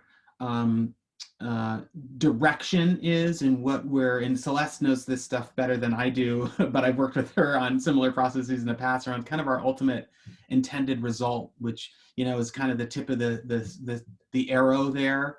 And I think there's more work to be done to refine and maybe have this say some, you know, say this in maybe fewer words, but having some clarity about how what we are trying to accomplish at a high level is important, and then these other boxes, these other areas are like how we get there. So as a fundamental piece, having the access and equitable opportunity to services, programs, and practices, particularly for those vulnerable populations in communities, right? Those communities of color, rural communities, and low-income communities are what I define as vulnerable.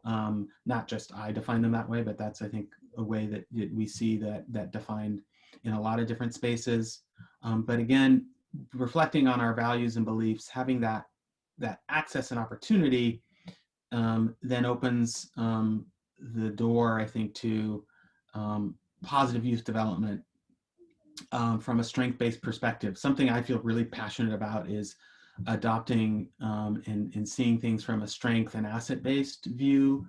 We know that there's trauma, and we know that there are risks and risk factors and behaviors, but we don't want to have those things define young people.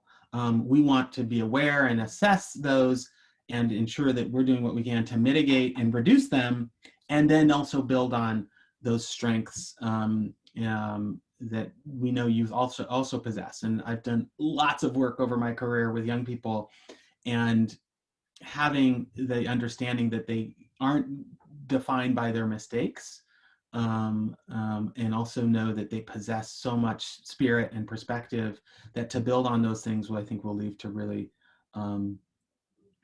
real sustainable results. And so that this positive youth development approach can guide the high quality, culturally and linguistically responsive, trauma-informed work that we want to fund, that those programs and services then point toward skills and competencies and beliefs for growth and success that affirm proactive factors and reduce risk.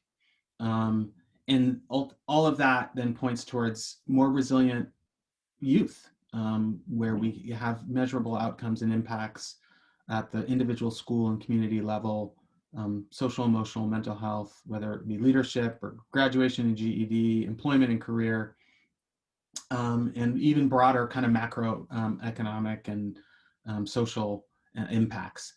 I don't want to go necessarily into the weeds on this right now. I just want this to kind of be, at the very least, some food for thought. There is some more work we know we can and need to do to develop some measurable objectives. And in fact, in the longer version of the plan, we've started as a staff to do some of that. So you can look into the other version, the draft strategic plan, to kind of see how that work is evolving. And we are becoming increasingly data driven. I think we've always used data quite effectively, and we will continue to be very data driven in our work. So this is, I think, a tool to help ensure that that continues. Are there questions or comments about the theory of action? I'll say that knowing too that in our retreat, somebody, I'm going to go out on a limb and say maybe it was Celeste, but Celeste, tell me if I'm wrong, who was like, we need to have a clear theory of action. And to be clear again, I think there's more work we can do on this, but I know we've got, this is something I think we can build from. Questions about this? No, Brian, it was me who said we need to have a theory of action. And for those of you who don't use that terminology, it's, you know, it's really just a roadmap to say, where are we at and where do we want to go and how do we get there? So we've had some conversations before about the fact that grantees can tell really beautiful individual stories about this is what happened with this young person and this is what happened with this young person. And for me, what a theory of action does is it places, like, this is our starting point. These are these different experiences of young people that our grantees are working towards, and this is how we're all on the train moving in the same direction, headed for our ultimate end result. So this is where we're going as a system, and this is how we want to get there.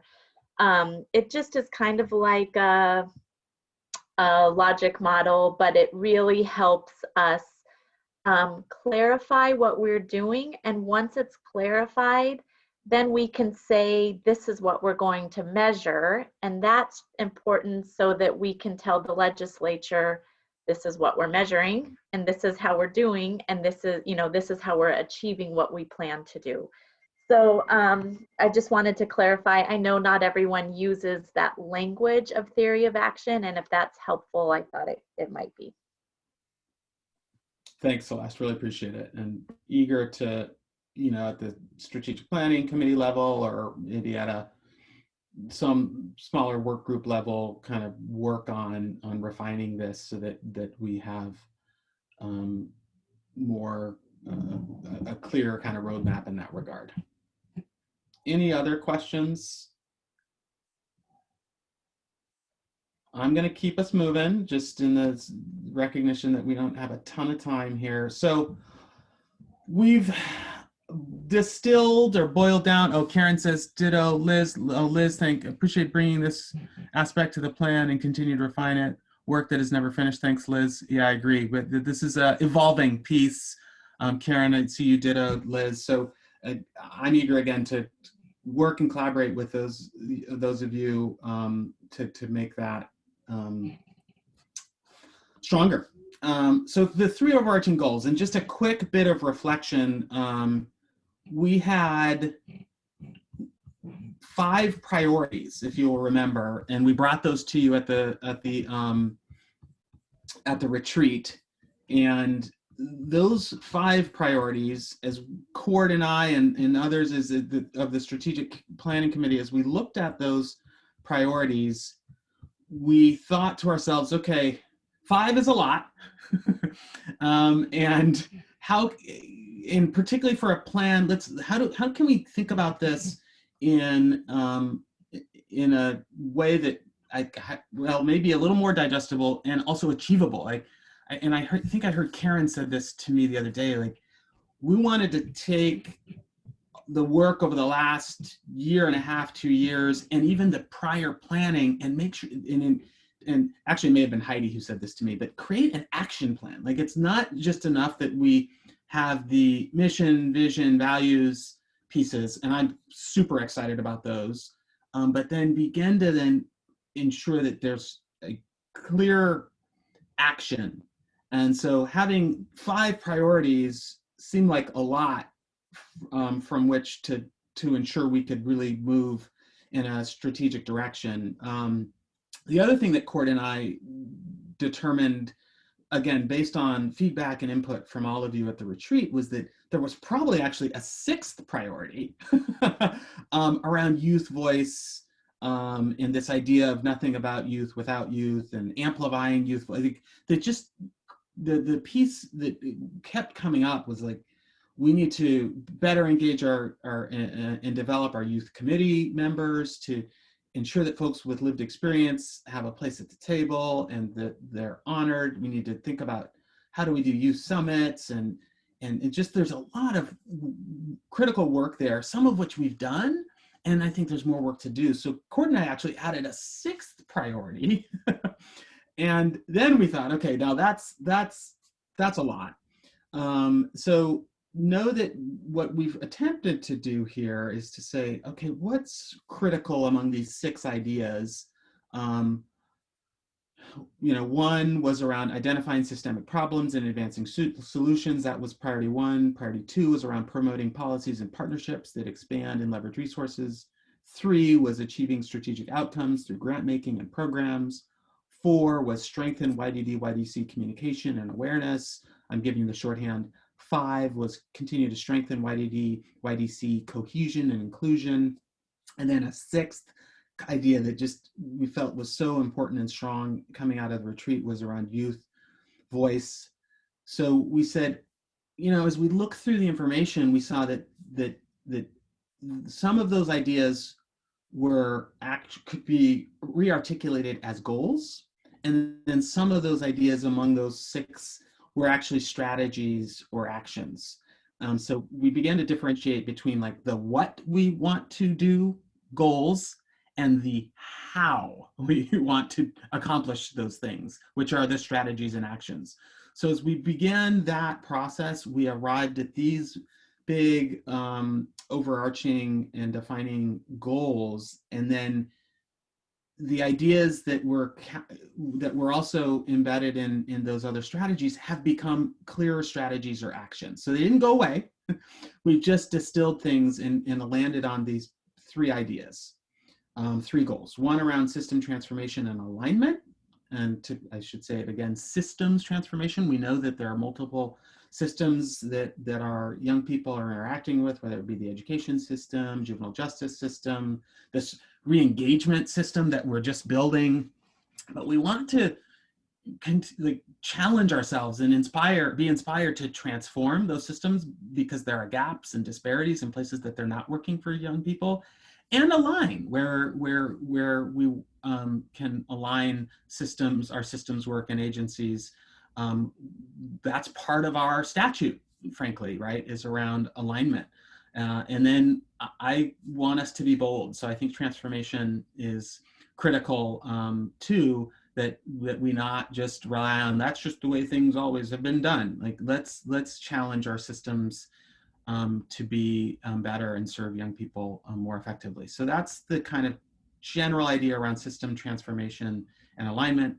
Youth voice and resilience is this, again, core idea that just came up over and over in our retreat, and I think is something that I've heard from, again, our youth committee members, from folks that I've worked with over the years in the youth work I've done about honoring youth voice. And there are those stories that Celeste referred to, that young people have stories to tell us about success and accomplishment, and also about challenge and difficulty. And we want to honor those voices in ways that can inform our work and that need to be told, and do so in various ways through communication and so on. So and in engagement, involvement, right? Ensuring that those voices are a part of our council and a part of our conversations. Back to that idea of nothing about youth without youth, and then resilience, again, speaking and leaning into that kind of bigger picture, kind of ultimate intended result idea of like their resilience is something we should continually seek to reinforce and to affirm and to build as youth face challenges, as they face traumatic events, as their resilience is not something we should take for granted. We shouldn't depend on it to lead our systems, but I think part of what we can do is reinforce it and support it through our grant making, through our policy making. So resilience, I think, is really critical. And then this last idea around community capacity and justice, this one we toyed around with. I'm not, is this the best terminology. I'll get your feedback on that. But I think community is something that I feel like is critical to the community that the Youth Development Council has built, like our internal community, right? We are our own small community. So wanted to be aware that some of the ideas around our internal work fall within this category, right? Or being more inclusive and having better cohesion, but also the broader community, right? We invest in communities, and there's capacity in communities that we support through our grant making. So that's kind of the idea, both an internal and external community capacity building. And then justice, again, setting out that kind of flagpole in the sand around justice. Now, again, it kind of has a double meaning, right? We do juvenile justice work, and I know people there's kind of that, wait, are we thinking about this in a kind of juvenile justice context? Well, yes, because our justice work, our federal work, our juvenile crime prevention work is critical, but also justice in the broader sense. One of my favorite quotes is a Cornel West quote around the idea that, and I won't say it correctly here, but justice is love in the public sphere. I mean, I'm probably butchering it, and somebody else on this call can say it better than I can. But this idea of justice, of inclusion, of equity is something I think we should also state very clearly that we want to accomplish and that we want to work toward among the community that we are as YDC, YDD, and also in the communities we serve. So, saying inclusion or saying equity is something we toyed around with, but we wanted to, we thought about this idea of justice and thought that would be a good way to capture those ideas. And again, understanding kind of the tension and the double meaning, for me, that's okay. It actually speaks to I think a lot of the areas that we're working in. So I'm going to take a pause, and then we'll run through each of the kind of strategies and actions that we've identified. But is there any comments or questions? Cord, anything that you'd add at this point? Thanks, Brian. This is Cord Bucher with Youth Development Division. Nothing that I would add except just to say that in the long version of this document that includes all the strategies and actions, some of our draft measures at the very end of that document on like page 14 or 15, we do have the original 5+1 priorities and have noted how they now fit into these overarching goals. So I just wanted to make note that, this really, I feel like a lot of work was done to try to distill those 6 priorities and retain the important aspects of them, but figure out how they could be abbreviated to an extent, but also captured in 3. And as Brian said, some of the priorities really do sort of find their way into actions and strategies. And in some cases, you'll see pieces of them in more than one of these 3 goals. And I think that as you look through the strategies and actions, there are things that there are echoes. There are, like within grant making, there's aspects that fit in system transformation. There's aspects that fit in community capacity. So I think while these are 3 overarching goals, they're also interlocking goals. I don't think that they exist in isolation, and hopefully in the way that when you look at what they consist of, that'll be apparent. So that's what I would add. Thanks. Thanks, Cord. Anything from council members or staff, just in terms of questions or comments?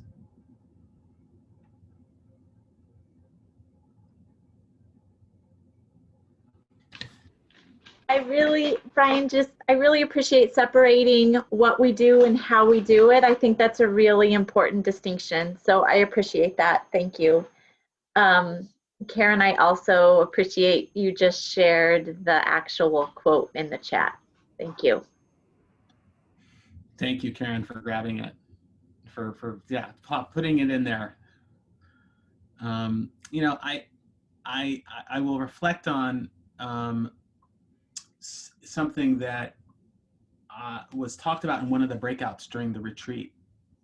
And I won't honor this by not, commenting on exactly who said it, but really talked about how for this person, their experience within the YDC, within our council, was a model for how they hoped that other entities, other bodies, other like commissions, councils, but other, that experience, this person hoped that experience could be the experience of others in other situations. Like, so that this person reflected on the fact that their experience at the YDC and coming into our council and into committee work, et cetera, was different than the experience that person had in education and in other sectors, and wanted to have that experience be modeled for young people in other spaces. So that's just a little tidbit, a little anecdote that helped, I think, inspire us as we think about these concepts. And I see Tabidi dropped in a comment, seeing the humanity in all people is key. For example, the Black Lives Matter movement is really a declaration for Black folk, brown folk, who are human beings. Thank you, Tabidi. Appreciate you dropping that in. So Melissa, again, throw comments in the chat. I know I'm probably getting close to my time here. So somebody help me make sure I'm not over time, but Melissa, can you scroll down? I'm gonna go through these relatively quickly.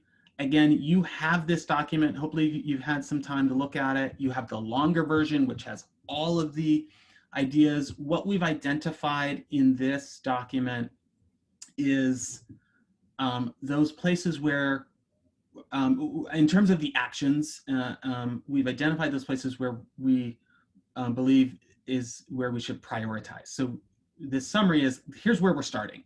Here's where here are the things we think we can do over the next, in the next biennium. There's some other pieces, right, that are maybe in process, but just to say where the focus is, this is what we've attempted to outline. So the strategy around fostering accountability and continuous improvement. Obviously, we need a clear implementation timeline, and so as a staff, we will work on that, and then also think about how to assign things either to staff work groups or to some of our committees. Advancing solutions through policy and legislation. This came up multiple times for folks, like we need a clear policy strategy. So that's a piece that we'll work on, and as we've determined, as I'm working to create a position that's focused on policy and legislation, that's going to be a critical task for that person. But I think also creating some kind of a, policy committee will be a body where we can vet that strategy. And this other strategy around initiate and drive systems change through partnerships. So you see where that idea of partnerships, which was critical in one of the priorities, we thought a lot about what was the first step we wanted to do. We've got a bunch of agency partnerships, but how can we think we want to create a list and then agree to some shared goals. We're in conversation, for example, with Department of Human Services, and there's funding that they give to us that then we pass along to entities. We're in conversation about aligning at a strategic level and having some clear shared goals. So that's one example already in process. I'm investing in system transformation alignment. I highlighted this one because I actually added it. It wasn't in Friday's version, but it was just an oversight. So I'm not trying to give us more work, but we're already doing this, right? Exploring alignment of grant-making priorities, programs, and measurable grant outcomes. You saw that in the RFA strategy. We're doing this work. So I just wanted to highlight that action. And then this last action around exploring the method and value of multi-ennium grant-making, something probably talked about at the council level in the past. We're not saying all of our grants should be multi-biennium, but we just want to explore the idea, right? We see that there's some opportunity to look at our grant making, and it may be some grants could be multi-biennium. If we're doing systems transformation work, to think that it would just happen in one biennium, I think is not realistic. We also, though, will make space, and you saw this in that RFA process, right, for those emerging ideas and innovative ideas that we don't want to crowd out. In fact, we want to include. So that's a bit about some of the strategies and actions there. I'm going to move forward to youth voice and resilience, nothing about youth without youth. So strengthening YDC with youth and those with lived experience. So we've heard this loud and clear from our youth council members and other council members that there needs to be some improved onboarding and training and mentoring. So we'll focus on that. We scroll down a little more, Melissa, engaging and support youth to strengthen YDD, YDC. So creating some kind of clear engagement plan. I think we can put a lot of the ideas that we have and just put it in one place. So I'm not trying to create more plans just for the sake of plans, but to put all of the youth related information work into one place, work with our youth committee to ensure that there's real clarity about the things that need to happen. A strategy around championing strengths-based whole child development and youth mental health. So having our communication plan work to advance that idea is a critical step. I see another comment from Tabiti around the 4-year suggestion being key because programs spend so much time working on new proposals. Yes, that may not get funding or may, helping people think and get funding over a larger stretch, I think allows for grantees to invest time and effort, right, in something when they know that it's not just for 1 year or 2 years. So appreciate that comment, Tabiti. On to community capacity and justice, we identified about 4 strategies here, maybe a couple more on the next page, but I'll just quickly go over them. Clarifying and strengthening youth council's purpose and collective wisdom. Know that you guys have, as a council, have so much to offer. This is back, the Cord spoke to the interlocking and overlapping pieces here.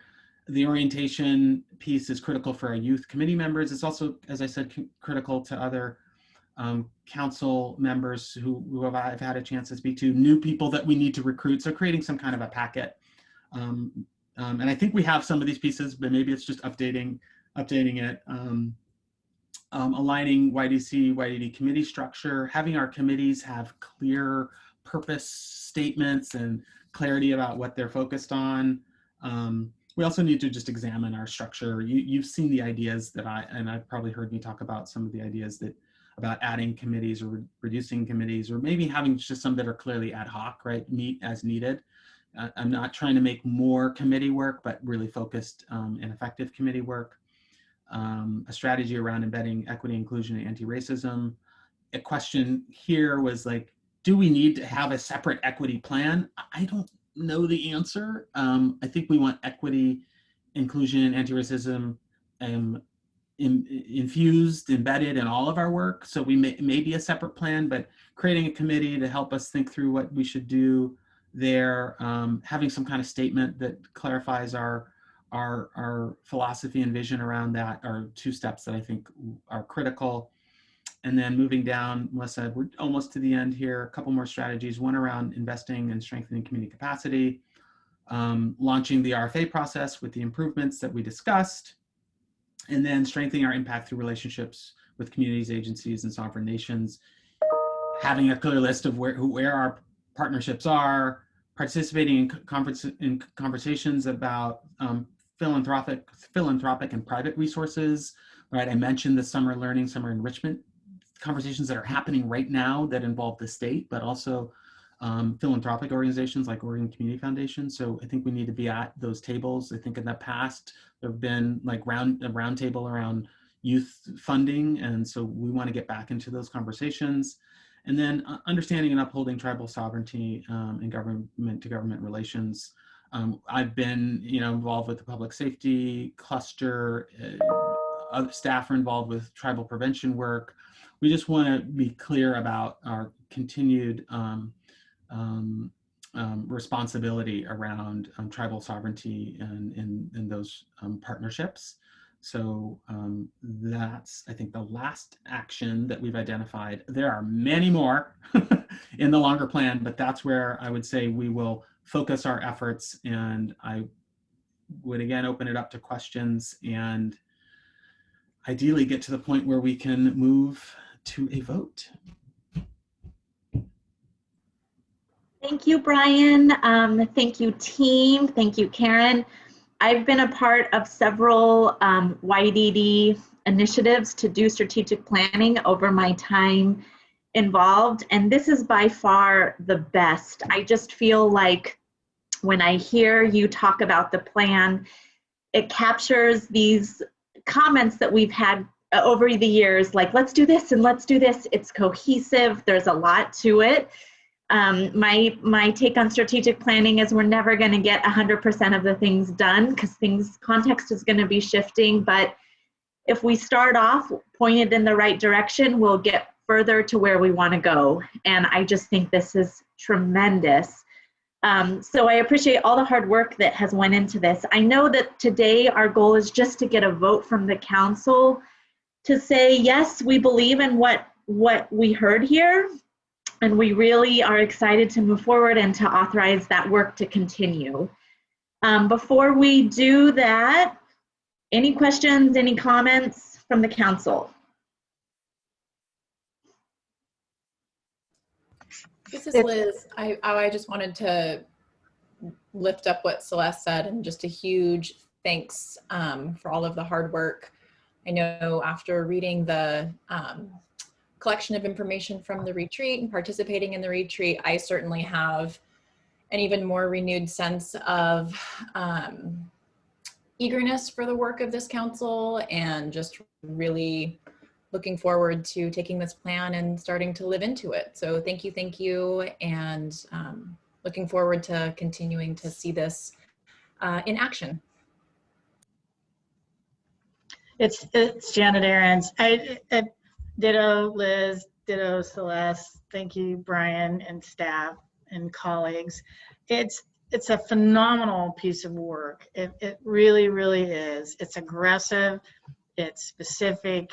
And I wish you all well. It's gonna be a lot to do, but it really is a marvelous, marvelous piece of work. And I think it would be great. I mean, you may have already submitted this to legislators, but I think making sure that legislators on committees where we want to have work happen, they need to have an opportunity to take a look at this. I think it's just really important.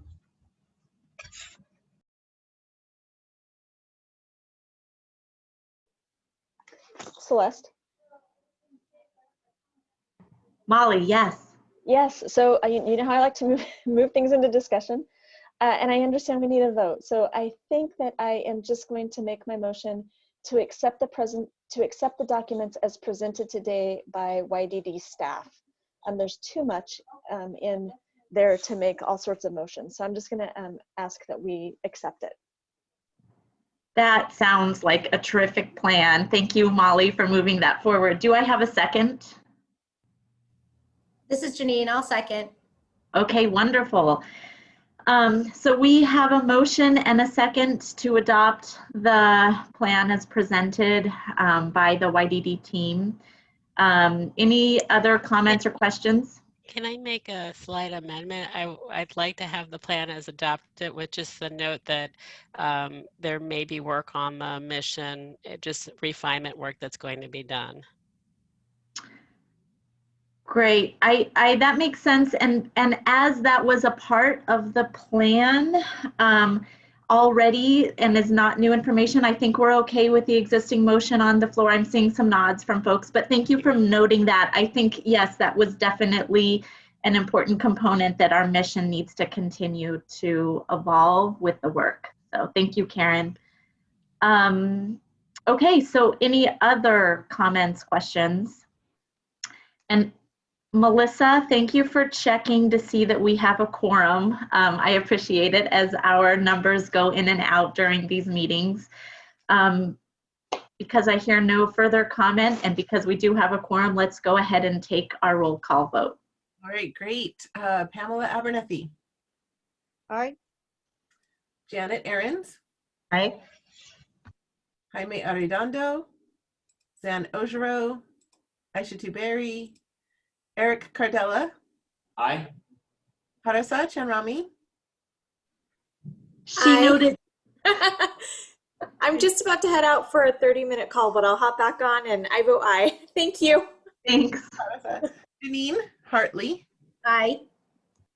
Alicia Hayes. Aye. Celeste Jansen. Aye. Andy Leonard. Aye. Tabidi Lewis. Adrian Livingston. Aye. Christina McMahon. Aye. Maricela Ortega Guzman.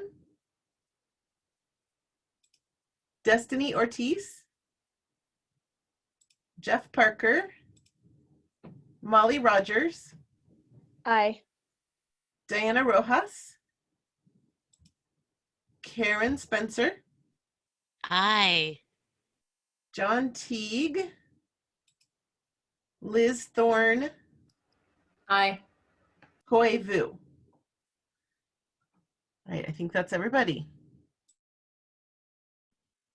Okay, thank you so much, Melissa. The next item on the agenda is the Juvenile Justice Committee, and we do have something we need to vote on.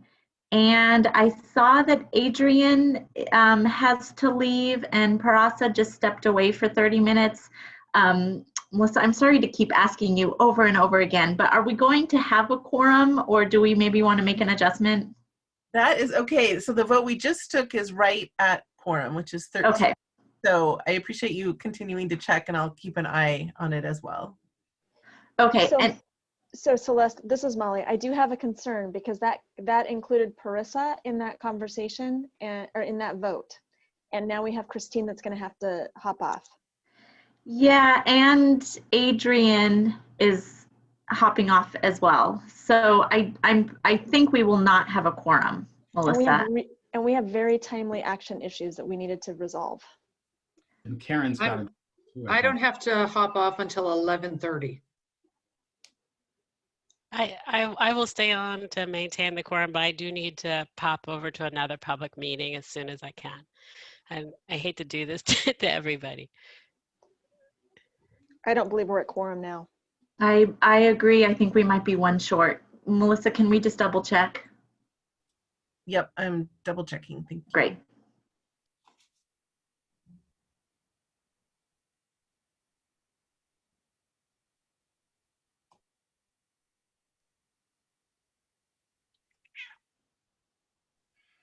I think based on what you said about who had, so we have Christina.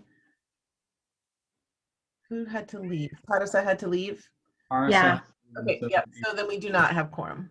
What do we need? We need one more? We need 13 council members for a quorum. And we have 12?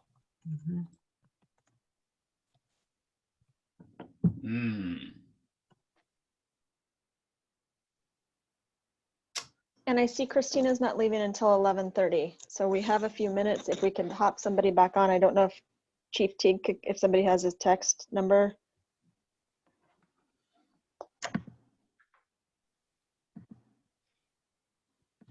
Yeah, we should see if we can get Chief Teague to join. Oh wait, Diana's coming back in. Melissa, will that get us to quorum? Yeah. I think that should. Sorry, okay. I'm bouncing around between our list and our vote tallies here.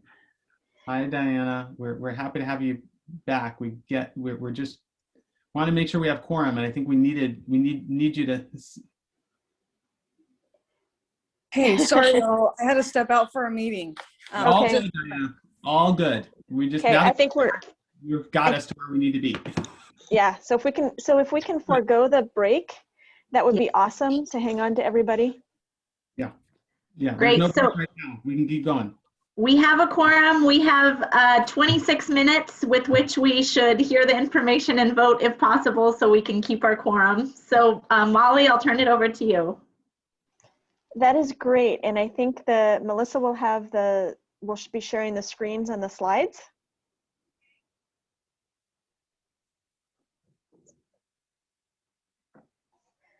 Okay, next slide.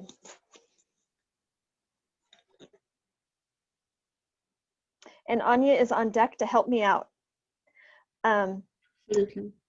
So the first one is we have some federal Title II funds, formula grants that were allocated, and so a proposal has been on the plate. It actually came through the grant making process, and when the screening occurred and the reviewing it, it actually fit better into the formula grant and the school programs.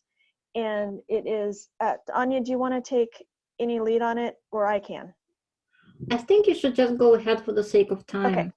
So it was a proposal through 17 counties on the eastern side of the state, which is called, fondly called CEOJCC, Central and Eastern Oregon Juvenile Justice Consortium. And really it's been continuing the work that the Juvenile Justice Committee has been focused on this transition from some sort of custodial situation back to education or vocational training, and really figuring out how to overcome those barriers and increasing the protective factors for youth to be able to re-engage and step right back into their education experience. And so really this is to hire 2 part-time, that's about 65,000 square miles of ground. And so the Juvenile Justice Committee reviewed this, they asked questions, and it's a recommendation today to the YDC to approve for the funding.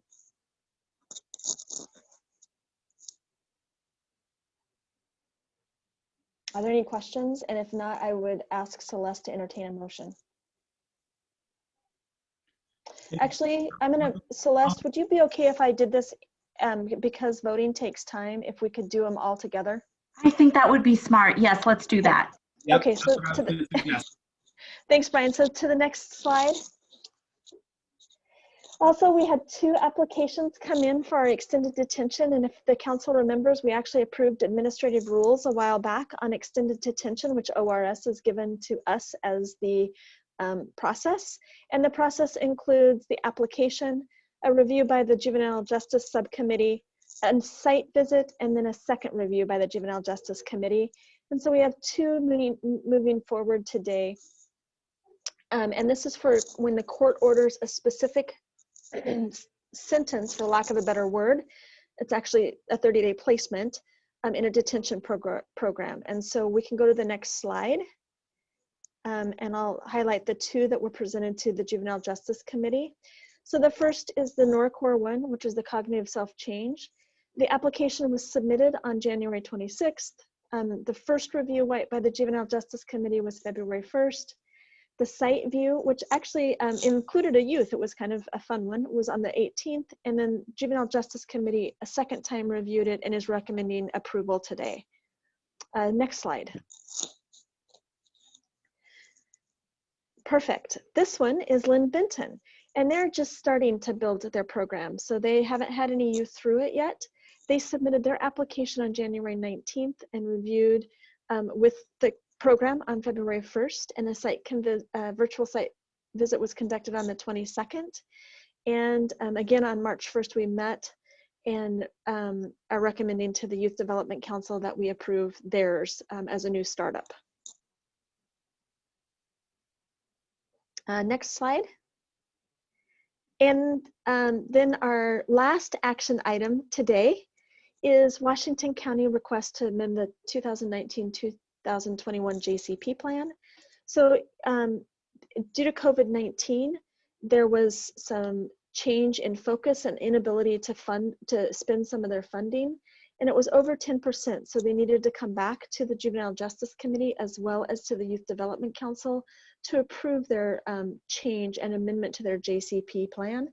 And the conversation with Anya is that if they're able to do this, they are able to expend their JCP funding as allocated during this biennium. And so it really is connecting with the Latino network services in Washington County, and really bring youth and families that have been distance learning back to where they're at education wise. And then they have an amazing culinary program at the Harkins House, which is a residential program there. and being able to utilize the funds with the youth there.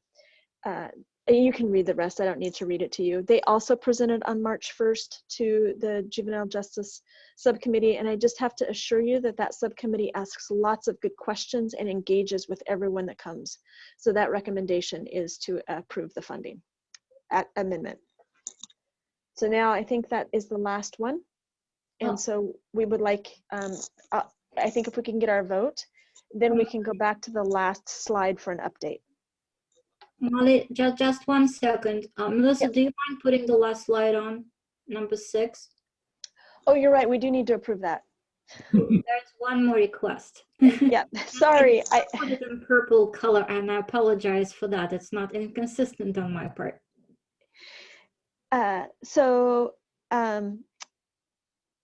Which part do we need just to let you? Oh, the request to delegate the authority. Maybe. Oh, yes. This one. Yeah. Yes. So me to do this? Yes, please. Okay, sure. So this is a request to delegate authority to approve juvenile crime prevention plan amendments to the Juvenile Justice Committee. The reason for that is, as we're getting to the end of the biennium, some communities are not able to extend their funding as planned 2 years ago due to multiple events that took place over the last year. So we anticipate quite a few requests for amendments. And since if a request is for over 10% of allocation, it has to be approved by the YDC. So the request is, since the Juvenile Justice Committee meets regularly or more frequently on the YDC, that this group, the council, will delegate their authority to approve proposed amendments to the Juvenile Justice Committee.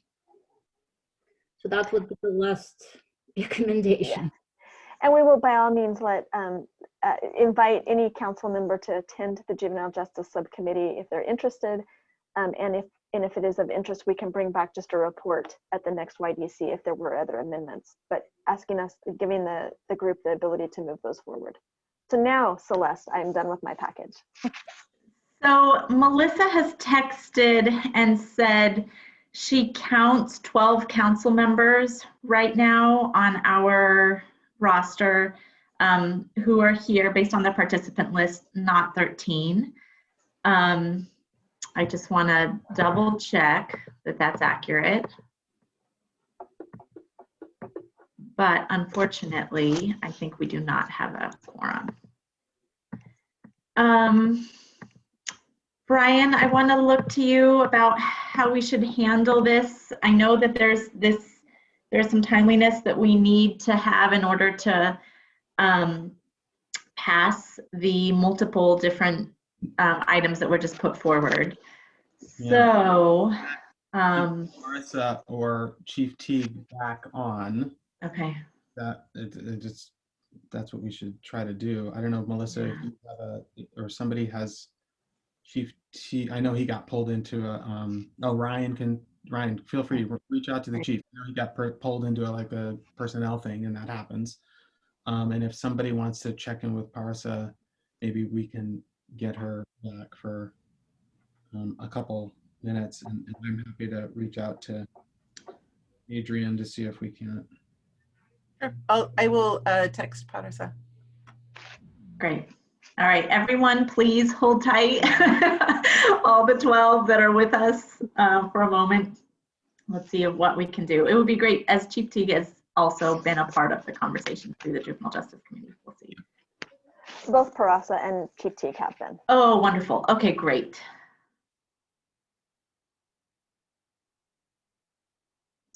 While we are making outreach to different council members, does anyone have any questions?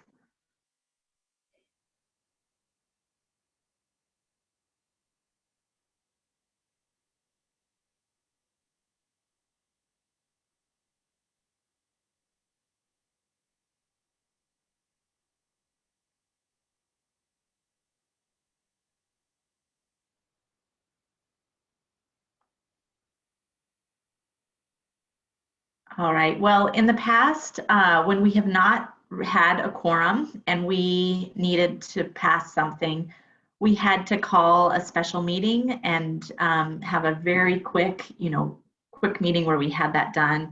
I can't remember if there were other ways in which we did it, I think, over the years. I just got a text back from John and he said, okay, give me a minute and he'll come back. Okay, okay, great, wonderful. So if I may, while we're waiting for Chief Teague to come back, I think in the past our other options were, if a vote was really time sensitive, we could say that decision is like go ahead with the programming pending the final decision. So like it's just a tentative recommendation. But I don't know. Another thing, Sam put it in the chat box about proxy votes. I think that might be an option for the council to consider if you're not able. Pardon? Chief Teague is just logging on. There he is. Good. All right, thank you so much, Chief Teague, for coming back. You have saved us. All right, so we have several items that were just shared. If we could quickly get, Molly, perhaps if you'll do a very quick recap of the 3 things that we wanted to discuss, then we can do a motion, a second, and a vote. So actually, I will do that in my motion. So okay, great. As the committee chair, I move forward. I move that the committee approve the Title II grant, re-engagement grant with COJAC, the extended detention applications and programs with the Northern Oregon Regional Correctional Juvenile Detention Facility and the Linn-Benton Juvenile Detention Facility, that we approve the amendment sought by Washington County to amend their 1921 Juvenile Justice Plan, and to delegate to the end of the biennium the authority for amendments through the JCP plans to the Juvenile Justice Committee because they meet on a monthly basis. I second the motion. All right, is there any conversation for the motion on the floor? Okay, Melissa, can you do a roll call vote, please? Thank you. Pamela Abernethy. Aye. Janet Ahrens. Aye. Jaime Arredondo. Zan Ojero. Aisha Tuberi. Eric Cardella. Aye. Tanisha Chanrami will be joining us at 11:30. Janine Hartley. Aye. Alicia Hayes. Aye. Celeste Jansen. Aye. Andy Leonard. Andy, did you vote? I can see you're on the camera, but I can't hear you. Who? Andy Leonard, your vote? My bad. Thank you. Tabidi Lewis. Adrian Livingston. Christina McCann. Aye. Maricela Ortega Guzman. Destiny Ortiz. Jeff Parker. Molly Rogers. Aye. Diana Rojas. Aye. Karen Spencer. Aye. John Teague. We didn't hear you, John. Oh. I see a thumbs up. All right, thank you. Liz Thorne. Aye. Koi Vu. All right, that is for that one. Do we need to remind, are we rolling right into the 30-day detention or do we need to do more motions? Remind me. That we just did it all as one package, Melissa. Thank you, okay. So we were voting on all the packages, or do I need to do another roll call vote for that one? Nope. Nope, we did them all. Fantastic, thank you. So Celeste, am I good to go? I believe so. Yes, thank you so much. Okay. All right, thanks, Chief.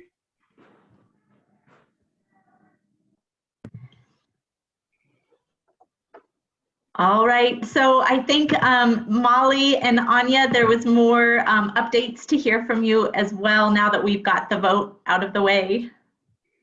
Wonderful. I really appreciate Chief T coming back and appreciate the council passing the all 5 motions. Melissa, if you don't mind, could you please bring this PowerPoint back on just the last slide?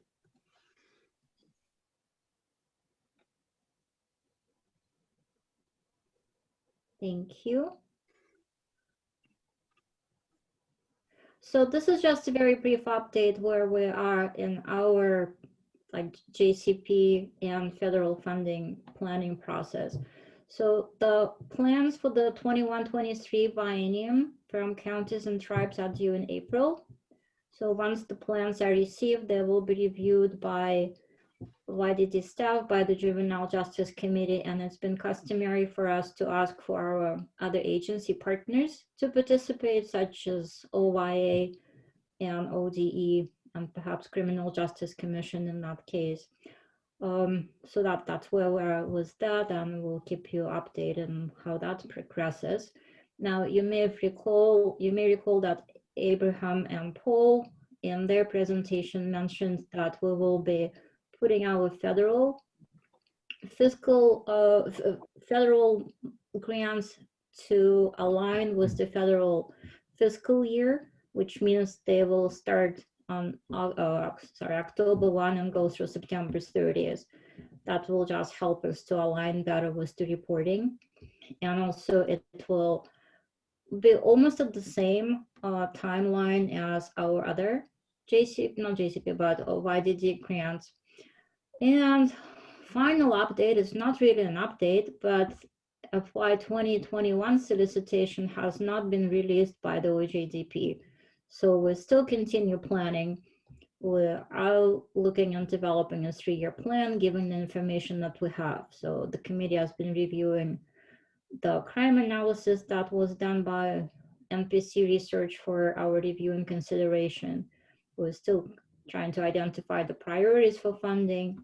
Sanjay has been doing her work as far as the analysis and recommendations for racial and ethnic disparities, data, and potential action steps that we will be taking. And Ryan, of course, has been collecting data from law enforcement and other facilities and deciding where we are standing with potential violations or not. And he made that report at the last Juvenile Justice Committee. That's pretty much an update for the Juvenile Justice Committee, unless any members have anything else to add. Or Molly, the chair? No, you did a great job. Thanks, Anya. Thank you, Molly. You did a great job. And thank you to all committee members. I so appreciate your dedication. Monthly meetings, it's quite a determination and quite a commitment. So appreciate your time and your input. Thank you.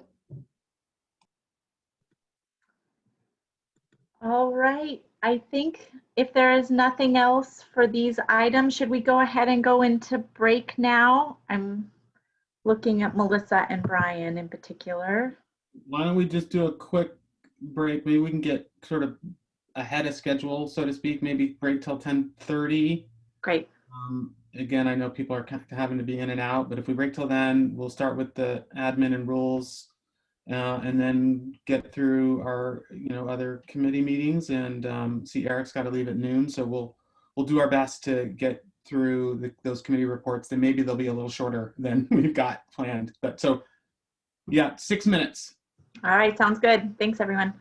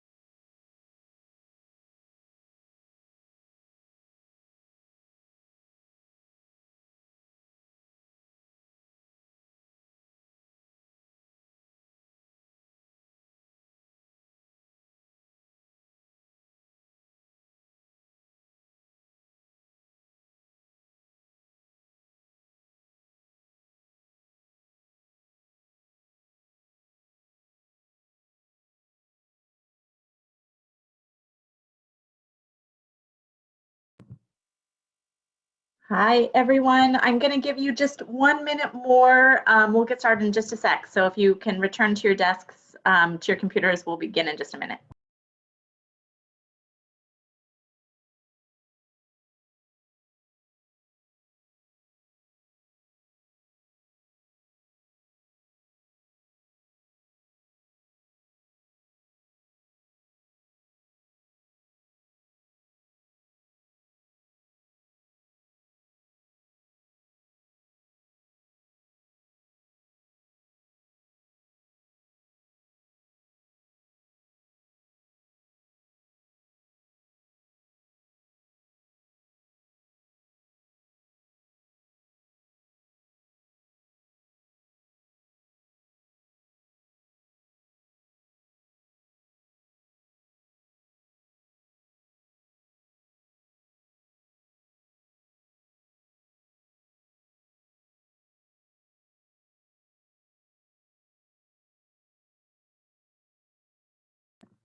All right, welcome back, everyone. We are engaged in the last portion of the meeting, and given that we have several council members that have to leave, we will see if we can do this in a timely manner. We have 3 committees that we still want to hear from. The first one is the Administrative and Rules Committee. The second is the Youth Committee, and the third is the Workforce Development Committee. I'd like to start off by saying that with the first thing that we're going to look at is our council and our membership. And we are at a time where several of our longstanding committee members are terming off. I'd like to begin right now with expressing some deep appreciation for my colleagues on the council. And in particular, I'd like to honor the 4 folks who have been a part of this work and contributed in many meaningful ways and will be stepping into or off the committee because of term limits. So first of all, Chief Teague, and Chief can't be here, but I hope that we are able to, as a team, express our gratitude for him and his role representing law enforcement on the council. We have also had Janet and Alicia and Isa too, all of who I believe are on right now. And it's just been wonderful to have each of you be a member and a partner and really make our work better over the years. So thank each of you for your contribution and for your time and dedication to the YDC and YDD's work over the past many years. Thank you all. I want to pause and just invite if anyone else wants to say something, and again, appreciation to you 4.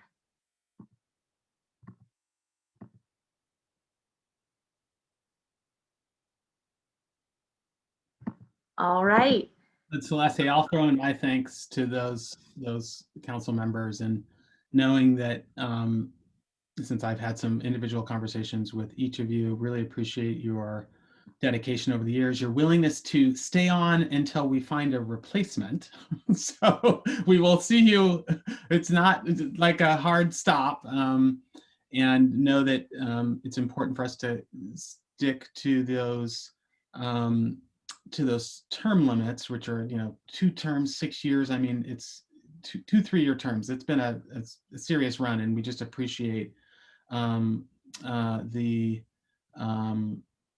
time and dedication. And for Isa too, who's one of our youth committee members, she's actually, it's not because of a term limit, it's just because I think Isa too's got a lot going on, and she wasn't able to be here with us today, unless maybe she's joined and I didn't see it. But all of you, we appreciate your work, your dedication, everything Celeste just said, and we'll keep, we would love to have you think, I can be in touch with you individually if you have ideas about potential folks for nominations, and we always will welcome your advice, your guidance, and support of young people and families. Thanks, Brian. Yeah, I just wanted to reiterate, there are many different requirements that we have based on the SAG, the juvenile justice work. And we need to go ahead and find council members. We're also actively looking for someone to fill the chair role after I step down. So Brian is collecting information. It is, of course, a governor's approval, and so we have to work in collaboration with the governor's team in order to get new members in. So anyone at all that you think might be really great, if you can connect with Brian about the process, and he is actively thinking about the team. Brian and I talked about creating some sort of rubric or something just to really make sure that we're intentionally thinking about voices from a variety of different folks and communities and representation broadly on the council on the council. So in the future, we'll be able to see some new folks come on and join us, which will be really exciting. Brian, is there any additional comments? I don't know if Janet has anything or, yeah, okay, Janet, you want to go ahead and take it away? Sure. So the in the Administrative Rules Committee that was in February, we not only talked about the people who were going to be terming out and the leadership gap that or maybe we're not going to have a gap, but we're looking for somebody to. Celeste, by the way, fantastic job, really fantastic. It's been awesome working with you all these years, and even before the YDC. And so I really appreciate your leadership and everything that you've done. So we have that to do. We also have to figure out, as Celeste was saying, you know, being pretty intentional about what it is we look like and what it is we want to do. So in order to help facilitate that going forward, there's a couple of little gaps that the staff and the YDC should consider. And one is taking a look at geographic perspectives, navigating youth serving systems, people with lived experiences in terms of the kinds of qualities that we would be looking for. And on a more technical aspect, we probably need job descriptions, something brief, a couple, 3 sentences for each of the committees on what their primary focus is. It doesn't have to be recreating our strategic plan. But there needs to be some purpose and intent that's easy for people to understand. We probably need to do the staff rule check on bylaws and terms, and just making sure we know who came on when, and we have different term periods. So, you know, some are for a year, some for 3 years. So we need to get that sort of mapped out. And I think those were the 2 sort of leftovers to take care of, in addition to the recruitment work that's going to be coming up. Any questions? It was a very exciting report, I know. You're probably overwhelmed.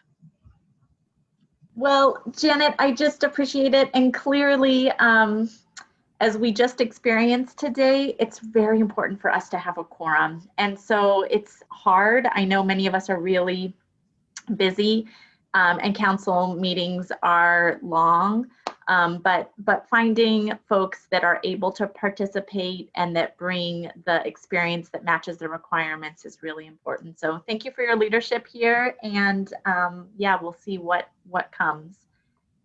Is there nothing else that's necessary for your committee report to share? Nope. All right. Unless I have one thing to add, the terms are Melissa says. sorry, the terms are 4-year terms. There are some appointees who, for some reason, have a couple years, but the general term is 4 years. So 8 years of service total for those folks. Thank you, Melissa. We really well. Actually, it's pushing 9. Pushing 9. Yeah. Yes, I guess we are pushing into into that. Hopefully we don't, yeah. Thank you. All right. So next up is the Youth Committee. Good afternoon. My name is Sanji Moore. I am Racial and Ethnic Disparities Coordinator for the Youth Development Division. I'm going to be speaking on behalf of the chair of the Youth Committee, Maricela Ortega Guzman, because of her absence. She had another conflicting meeting, so she was only able to join us in part today. So the Youth Committee, who consists of Maricela Ortega Guzman, Destiny Ortiz, Isatu Berry, and Diana Rojas. Most of them were able to meet on February 12th, 2021, last month. And that was our first opportunity to meet in some time since the COVID situation, and with unforeseen circumstances preventing us from meeting previously.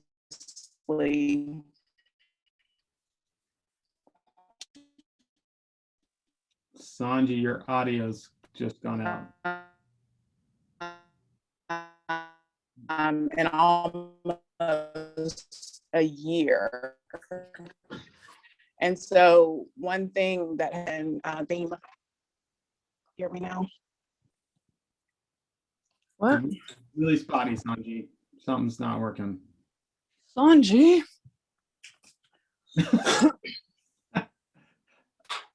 Not Sanji's fault. It's the internet's fault. So maybe what we could do, I don't know if it's going to get better, but because internet tends to come and go, perhaps we could switch and have the Workforce Committee go first, and then we'll circle back, and hopefully Sanji's internet will be a little bit better, if that's all right. I believe that since Jeff Parker isn't able to be here, that we're going to have Jared and Paul do the update. Jared and Paul? Yes, that was my understanding as well. Jared, did you want to start with the workforce update? Sure, I can do that. All right, thanks everybody. Jared Shaw, Workforce Policy Analyst and Grant Manager. So I will just give a brief synopsis of what was discussed at the last Workforce and Reengagement Committee meeting, and then talk a little bit about the alignment work that Paul mentioned earlier between workforce and reengagement. So the committee last met on February 11th, and there were two main discussions that arose from that meeting. One was the RFA and the launch of the new RFA in 21-23 biennium, which has been recapped for all of you today. And then the second was a discussion on strategic priorities and measures of success. And this was a conversation that we wanted to have going into the retreat so people could mull over some ideas and think about what they wanted to talk about at the retreat. And there were some main themes that arose from that conversation, some really good themes. One was the idea of advocacy and what is the role of the committee and the council in advocating for youth? What is, advocating versus lobbying? What does that look like? Some clarity there on what the role of the council and the committee is there. And so just wanted to acknowledge that that's already happening, of course, just acknowledgement and thank you to those who submitted testimony on behalf of the YDD budget. You all are doing that work, and I'm sure that probably arose in some of your breakout sessions as well. Two was the idea of data collection and really making sure that we're capturing good data. Again, something that we've talked about extensively today. Making sure that in addition to some of the process data, we're really thinking about the outcomes that we want to capture, making sure that we are staying accountable to those, making sure that they're measurable, and making sure that they're really youth focused. And then three was aligning systems and leveraging resources, aligning systems both externally with other agencies and aligning systems internally as well. And just to touch on a little bit about all of those, just to show you that work really is already happening. So first with the data piece, that's something that all the grant managers discuss every RFA cycle as we go into the new RFA. We will talk about the data that we're collecting, what's working, what's not, what needs to change. And a couple things that I'm really excited about this time just to draw your attention to the indicators of need. So in the RFA, we include some indicators of need that applicants can look at. It's just a list of statistics statewide that talk about graduation rate, 5-year completer rate, some measures of poverty, some measures of marginalization communities, and just so focusing on those indicators of need. And we've added a couple indicators this time. One that I'm really excited about is the Positive Youth Development Benchmark, which is a measure that comes out of the Healthy Teen Survey, which is administered to youth grades 8 and 11 in Oregon. And it asks them questions about their social and emotional health, questions like, do you feel that there's an adult who can advocate for you in the school? That really kind of gets into some of that more nuanced, nebulous data that we've had difficulty capturing. So these are statistics that applicants can refer to when they're trying to paint a picture of what's happening in their own communities when they apply for the grants. And I think that's something that perhaps we could, look for data and include that in the data reports. So that's just something that we're trying to capture in that picture there. And also measures like broadband internet access. That's something that we know is incredibly important right now, especially with COVID. And a significant part of the state does not have access to broadband internet. So that's a measure that we're looking at as well. And just looking at those data pieces and seeing how we can paint that story. And then with the alignment piece, that work also is happening. Brian mentioned earlier conversations that are happening with DHS. We're also having some conversations with the Higher Education Coordinating Commission. They have a couple very similar programs. And so we've been talking with them about how we can work together, how we can streamline that work and make it more efficient, and perhaps leverage each other's resources in the future. We'll know more what that partnership will look like after legislative session, but again, just to know that those conversations are happening and we're trying to see where we can align there. And then the piece that Paul mentioned earlier, that internal alignment between workforce and re-engagement, that's a piece that we have elevated as a priority. So what does that look like? We want to make sure that the workforce grants and the new re-engagement system are aligned. So I have moved over to the re-engagement team. So I am now officially part of the team with Paul and Molly. So we were all able to work together and collaborate on how those workforce grants can be integrated into the new re-engagement system. I think the regional piece that we've talked about is a big part of that. We want to make sure that the regions that we develop are responsive to the needs of both the re-engagement grants and the workforce grants, and that we foster collaboration and communication within those regions, making sure that grantees are talking to each other, and then perhaps ultimately having a system where some grantees can feed into others and make sure that there's communication there. The RFA, as we develop the RFAs, we're trying to align some of the language. So in the re-engagement RFA coming up, there will be some workforce language asking some of the re-engagement applicants, how they're interacting with workforce entities in their area, in addition to educational entities. And then again, that data collection piece. So in the re-engagement grants, we'll be capturing some workforce specific data. And I imagine in the workforce grants, we'll do the same for re-engagement data. So really just trying to foster collaboration and communication between those entities. And that will develop as we move into the RFA. And I think we'll see some good stuff coming out of it. And I will turn it over to you, Paul. Awesome, Jared. Thank you for that kind of recap. And I know many of you have already met Molly as part of our retreat, but Molly Burns is the other new staff for us.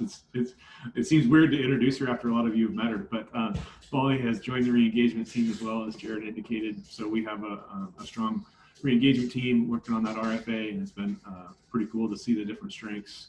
For those of you that haven't met Molly, she came from Clackamas Community College as an adult basic skills outreach coordinator, and has been a wonderful addition to Jared's experience from the governor's office, and then mine from K-12, and now we've added that community college that's post-secondary into that. So it's been really neat seeing that develop. And along the lines of data as well, Janine, you and I had an awesome conversation about the and consolidated collections process that we're working with Reengagement. So that is well underway. I did my first presentation there in that committee.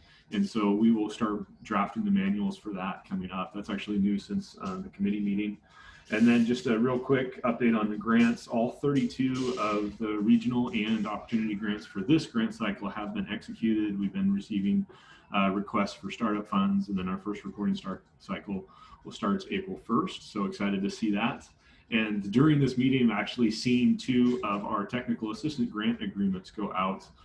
So that has also happened since the last grant meeting for those. And so those technical assistant grant awards as part of Reengagement were for the regional grantees that were not awarded in the original piece. And then we also had another technical assistant grant that went to an opportunity grant recipient who wasn't able to receive the opportunity grant. And so that's excess right around $200,000 going to really help build an organization's capacity to provide re-engagement services. So I've been excited to see that work.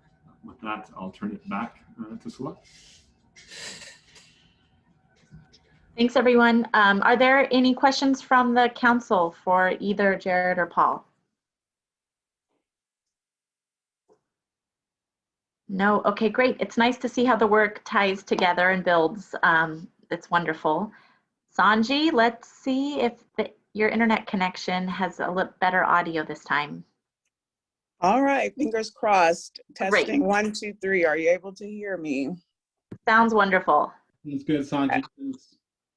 Perfect. My apologies for the technological issues here, but glad to be able to still share this information with you all. Starting from the beginning, my name is Sanji Moore. I'm the Racial and Ethnic Disparities Coordinator with the Youth Development Division. I also work as a staff liaison with the Youth Committee. I am speaking on behalf of the Youth Committee Chair, who is Maricela Ortega Guzman. She had a conflicting meeting and was only able to join us in part for today's council meeting. So the Youth Committee consists of 4 members: Maricela, Diana Rojas, Isatu Berry, and Destiny Ortiz. Sadly, as we just heard, Isatu is going to be stepping down from her role, but one big theme of our youth committee meeting was that, trying to engage and possibly recruit new youth members for the council. And as has been the theme throughout this discussion about engaging youth and nothing about youth without youth, that was also a big part of the conversation that we had when we met on February 12th. So that was the first opportunity we had to meet in right under a year. Unfortunately, our first regularly scheduled youth committee meeting for last fall had to be postponed because of extenuating circumstances for a couple of the members. And so this was like a fresh start meeting in which we kind of covered a lot of different topics. And encouragingly, we had quite a robust presence from the public during the meeting. And so we had some feedback from them as well. But one main conversation that we had was the direction of the youth committee and how do we recruit and engage young adults. And also another thing that we discussed that I'm putting in your ear right now, this is a little birdie that I'm releasing for the council members to start reflecting on, is having some sort of mentorship program between our more experienced and more seasoned council members and our youth committee members. And this would be informal, probably in the initial phases of it, until we can just get a feel for how it might work. And it would, of course, be on a voluntary basis. So only those who are interested would be able to serve as mentors to our youth committee members. And also one thing that was a common theme, which Ryan kind of touched on earlier, was making sure that our youth committee that they know that their membership is no different from any other council member. Like, just because they're younger adults, they still have the same ability to have just as much input, perspective, feedback, insight, voting capabilities as the rest of the council members. And so to make sure that we always continue to engage them in the conversation and hear their voices in the conversation. And another thing that we hope to implement is somewhat of a training to help make the content of being a council member, where we fit in state government, how meetings are run, more equitable for people who may not be as experienced in these settings as others. And so having some kind of formal orientation, particularly framed toward the young adult. Some of the conversation that came up in the open discussion, which also included feedback from the public, is that we potentially create strong partnerships with other state agencies that serve youth. Because of course, this is a cross-system effort, and a lot of the work that we do in the Youth Development Division and on the Youth Development Council intersects with other state agencies, and to make sure that we are collaborating with them to have the most beneficial outcome as possible. Another thing that we discussed is particular cross sections of our state to make sure that we have a diverse and inclusive composition of youth members on the Youth Development Council. So race and ethnicity, sexual orientation, gender, making sure that we are equal in our ability to have representation from various cross sectors of our society who are on the youth committee as youth members. And so, as Brian stated earlier, one thing that he also discussed in our meeting was making sure that we had a clear purpose for each of the committees, including the youth committee. And finally, determining how we measure success with the work that the youth committee does. And, we were kind of teetering about, did we need a formal youth committee, or should it be an ad hoc as needed type of committee? And the overwhelming response from the young ladies was that, yes, they do think we should have one.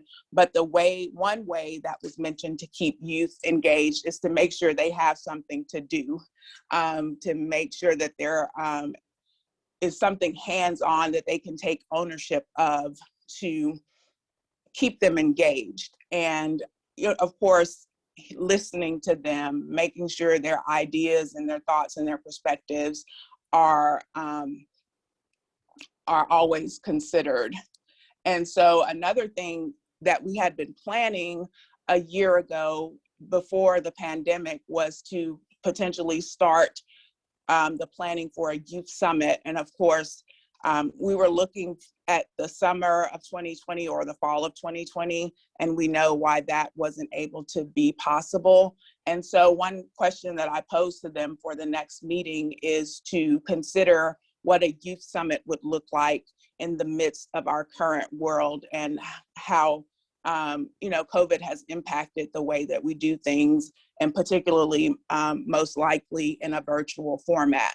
And so we meet again on May 14th, and we will have that discussion, and then there will be potentially other topics for us to consider as well. But so we will continue to engage with them, and also attempt to feel the tremendous shoes that Isa too is leaving, and very sad to see her stepping down. But these young ladies are phenomenal. It's my honor to be able to work with them, and I look forward to the next youth members who join into our council.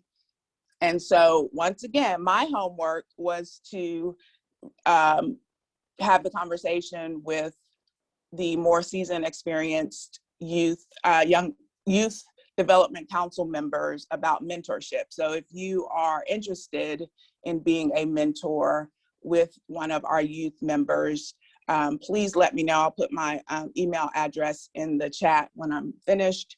And that's the information I have to share. Is there, are there any questions? Excuse me.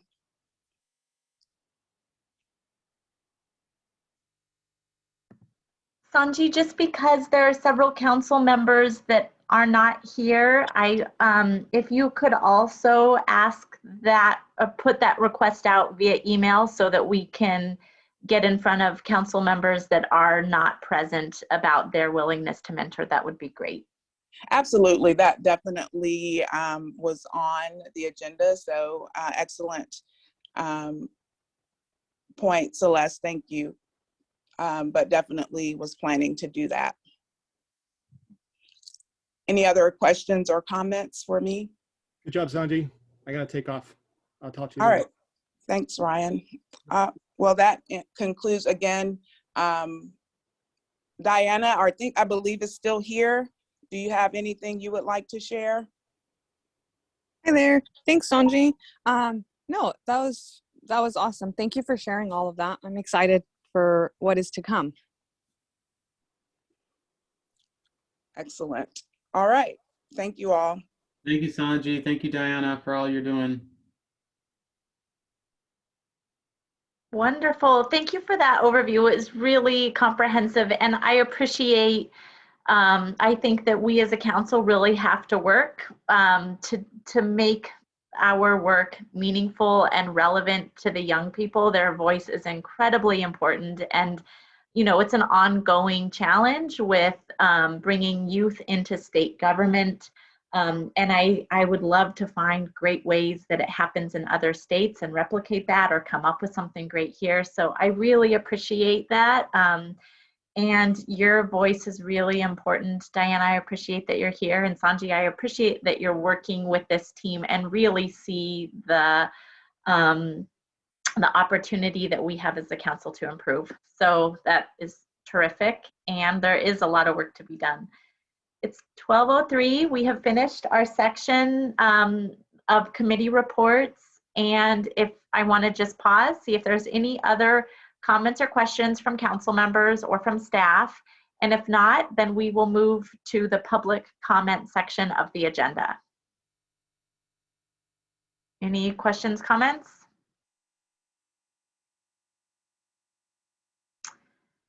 Okay, so there are a few members of the public that are on the call. Deltra, I know that you had raised your hand earlier. Did you want to make any comments? You have 3 minutes or so. If you'd like to say anything at all, we're welcome. We'd love to hear your voice. Okay, I don't need to say too much. Greetings from Southern Oregon. I'm Deltra Ferguson from Resolve Center for Dispute Resolution and Restorative Justice. We've had quite a ride here in Southern Oregon. I'm glad, very glad, for the solid work that this committee's doing as it comes together like it's never come together before. It's really clear. The alignment pieces are very, very strong and really lay out a nice pathway for the future. So I just kudos. It is interesting, Celeste, the concept of the big bags of money that are going to come flowing down in May and what that's going to mean. There's a lot of need here, but getting the money to go in the right places is going to be very interesting and for our youth, and a bunch of it's funneling through our schools. That's certainly good. And, I believe that our juvenile justice system here will see some of that money as well. And I'm glad. I hope Resolve sees, I hope our nonprofits see some of that money too, to help us achieve our mission and to keep achieving our missions. The communities here, just to report very briefly to you all, the communities here are suffering terribly.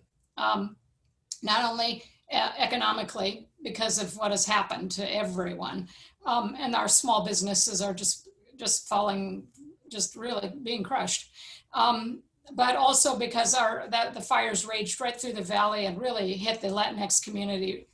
Man, holy cow, did they ever get devastated, along with our fixed income elderly community. So we've got trauma on multiple levels in this valley. And it's going to be a long haul to pull out and to show, to muster our resilience to address the various traumas that we've experienced. And I don't know what this means for our school kids, nor do any of the educators here. They're going to start, in hybrid learning, just like everybody else in the spring, after spring break, that is. And I guess we're all going to kind of find out. I think initially there will be a lot of joy with the young people being back together and being in school and being with the teachers. It's been so missed. But then there will be the trauma, and that will have to unfold. And I think it will take, I think that next year is going to be a very interesting year and full of I hope that Resolve, my little organization, can be responsive as insofar as we can be to the needs of our school partners and our juvenile justice kids that we serve. So it's, we're trying to stay nimble. We want to be as nimble and listen and listen and listen. So anyway, that's all I have to say. This has been a long meeting. Thank you very much.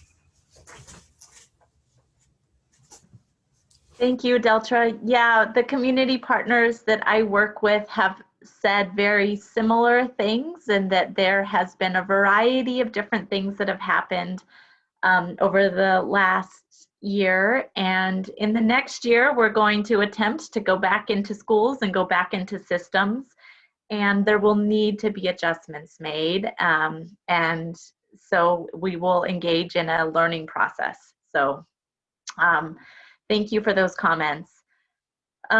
Anyone else, Melissa, who has asked to make a comment?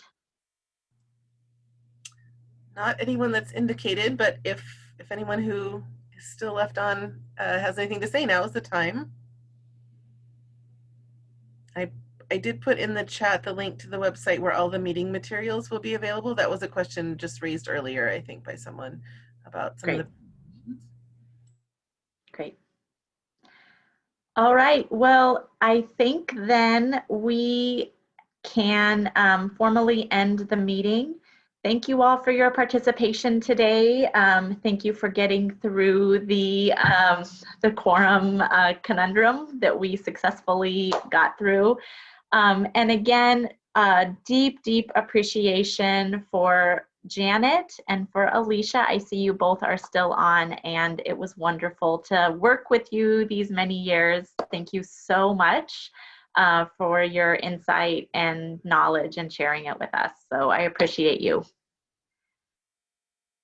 So for other members of the council and for the staff, we will reconvene at our next quarterly meeting, and likely prior as well through our ongoing committee work. I hope you all have a wonderful day, and we'll see you soon. Thanks, everyone. Bye-bye. Thanks, everybody. Thanks, guests. Thank you all.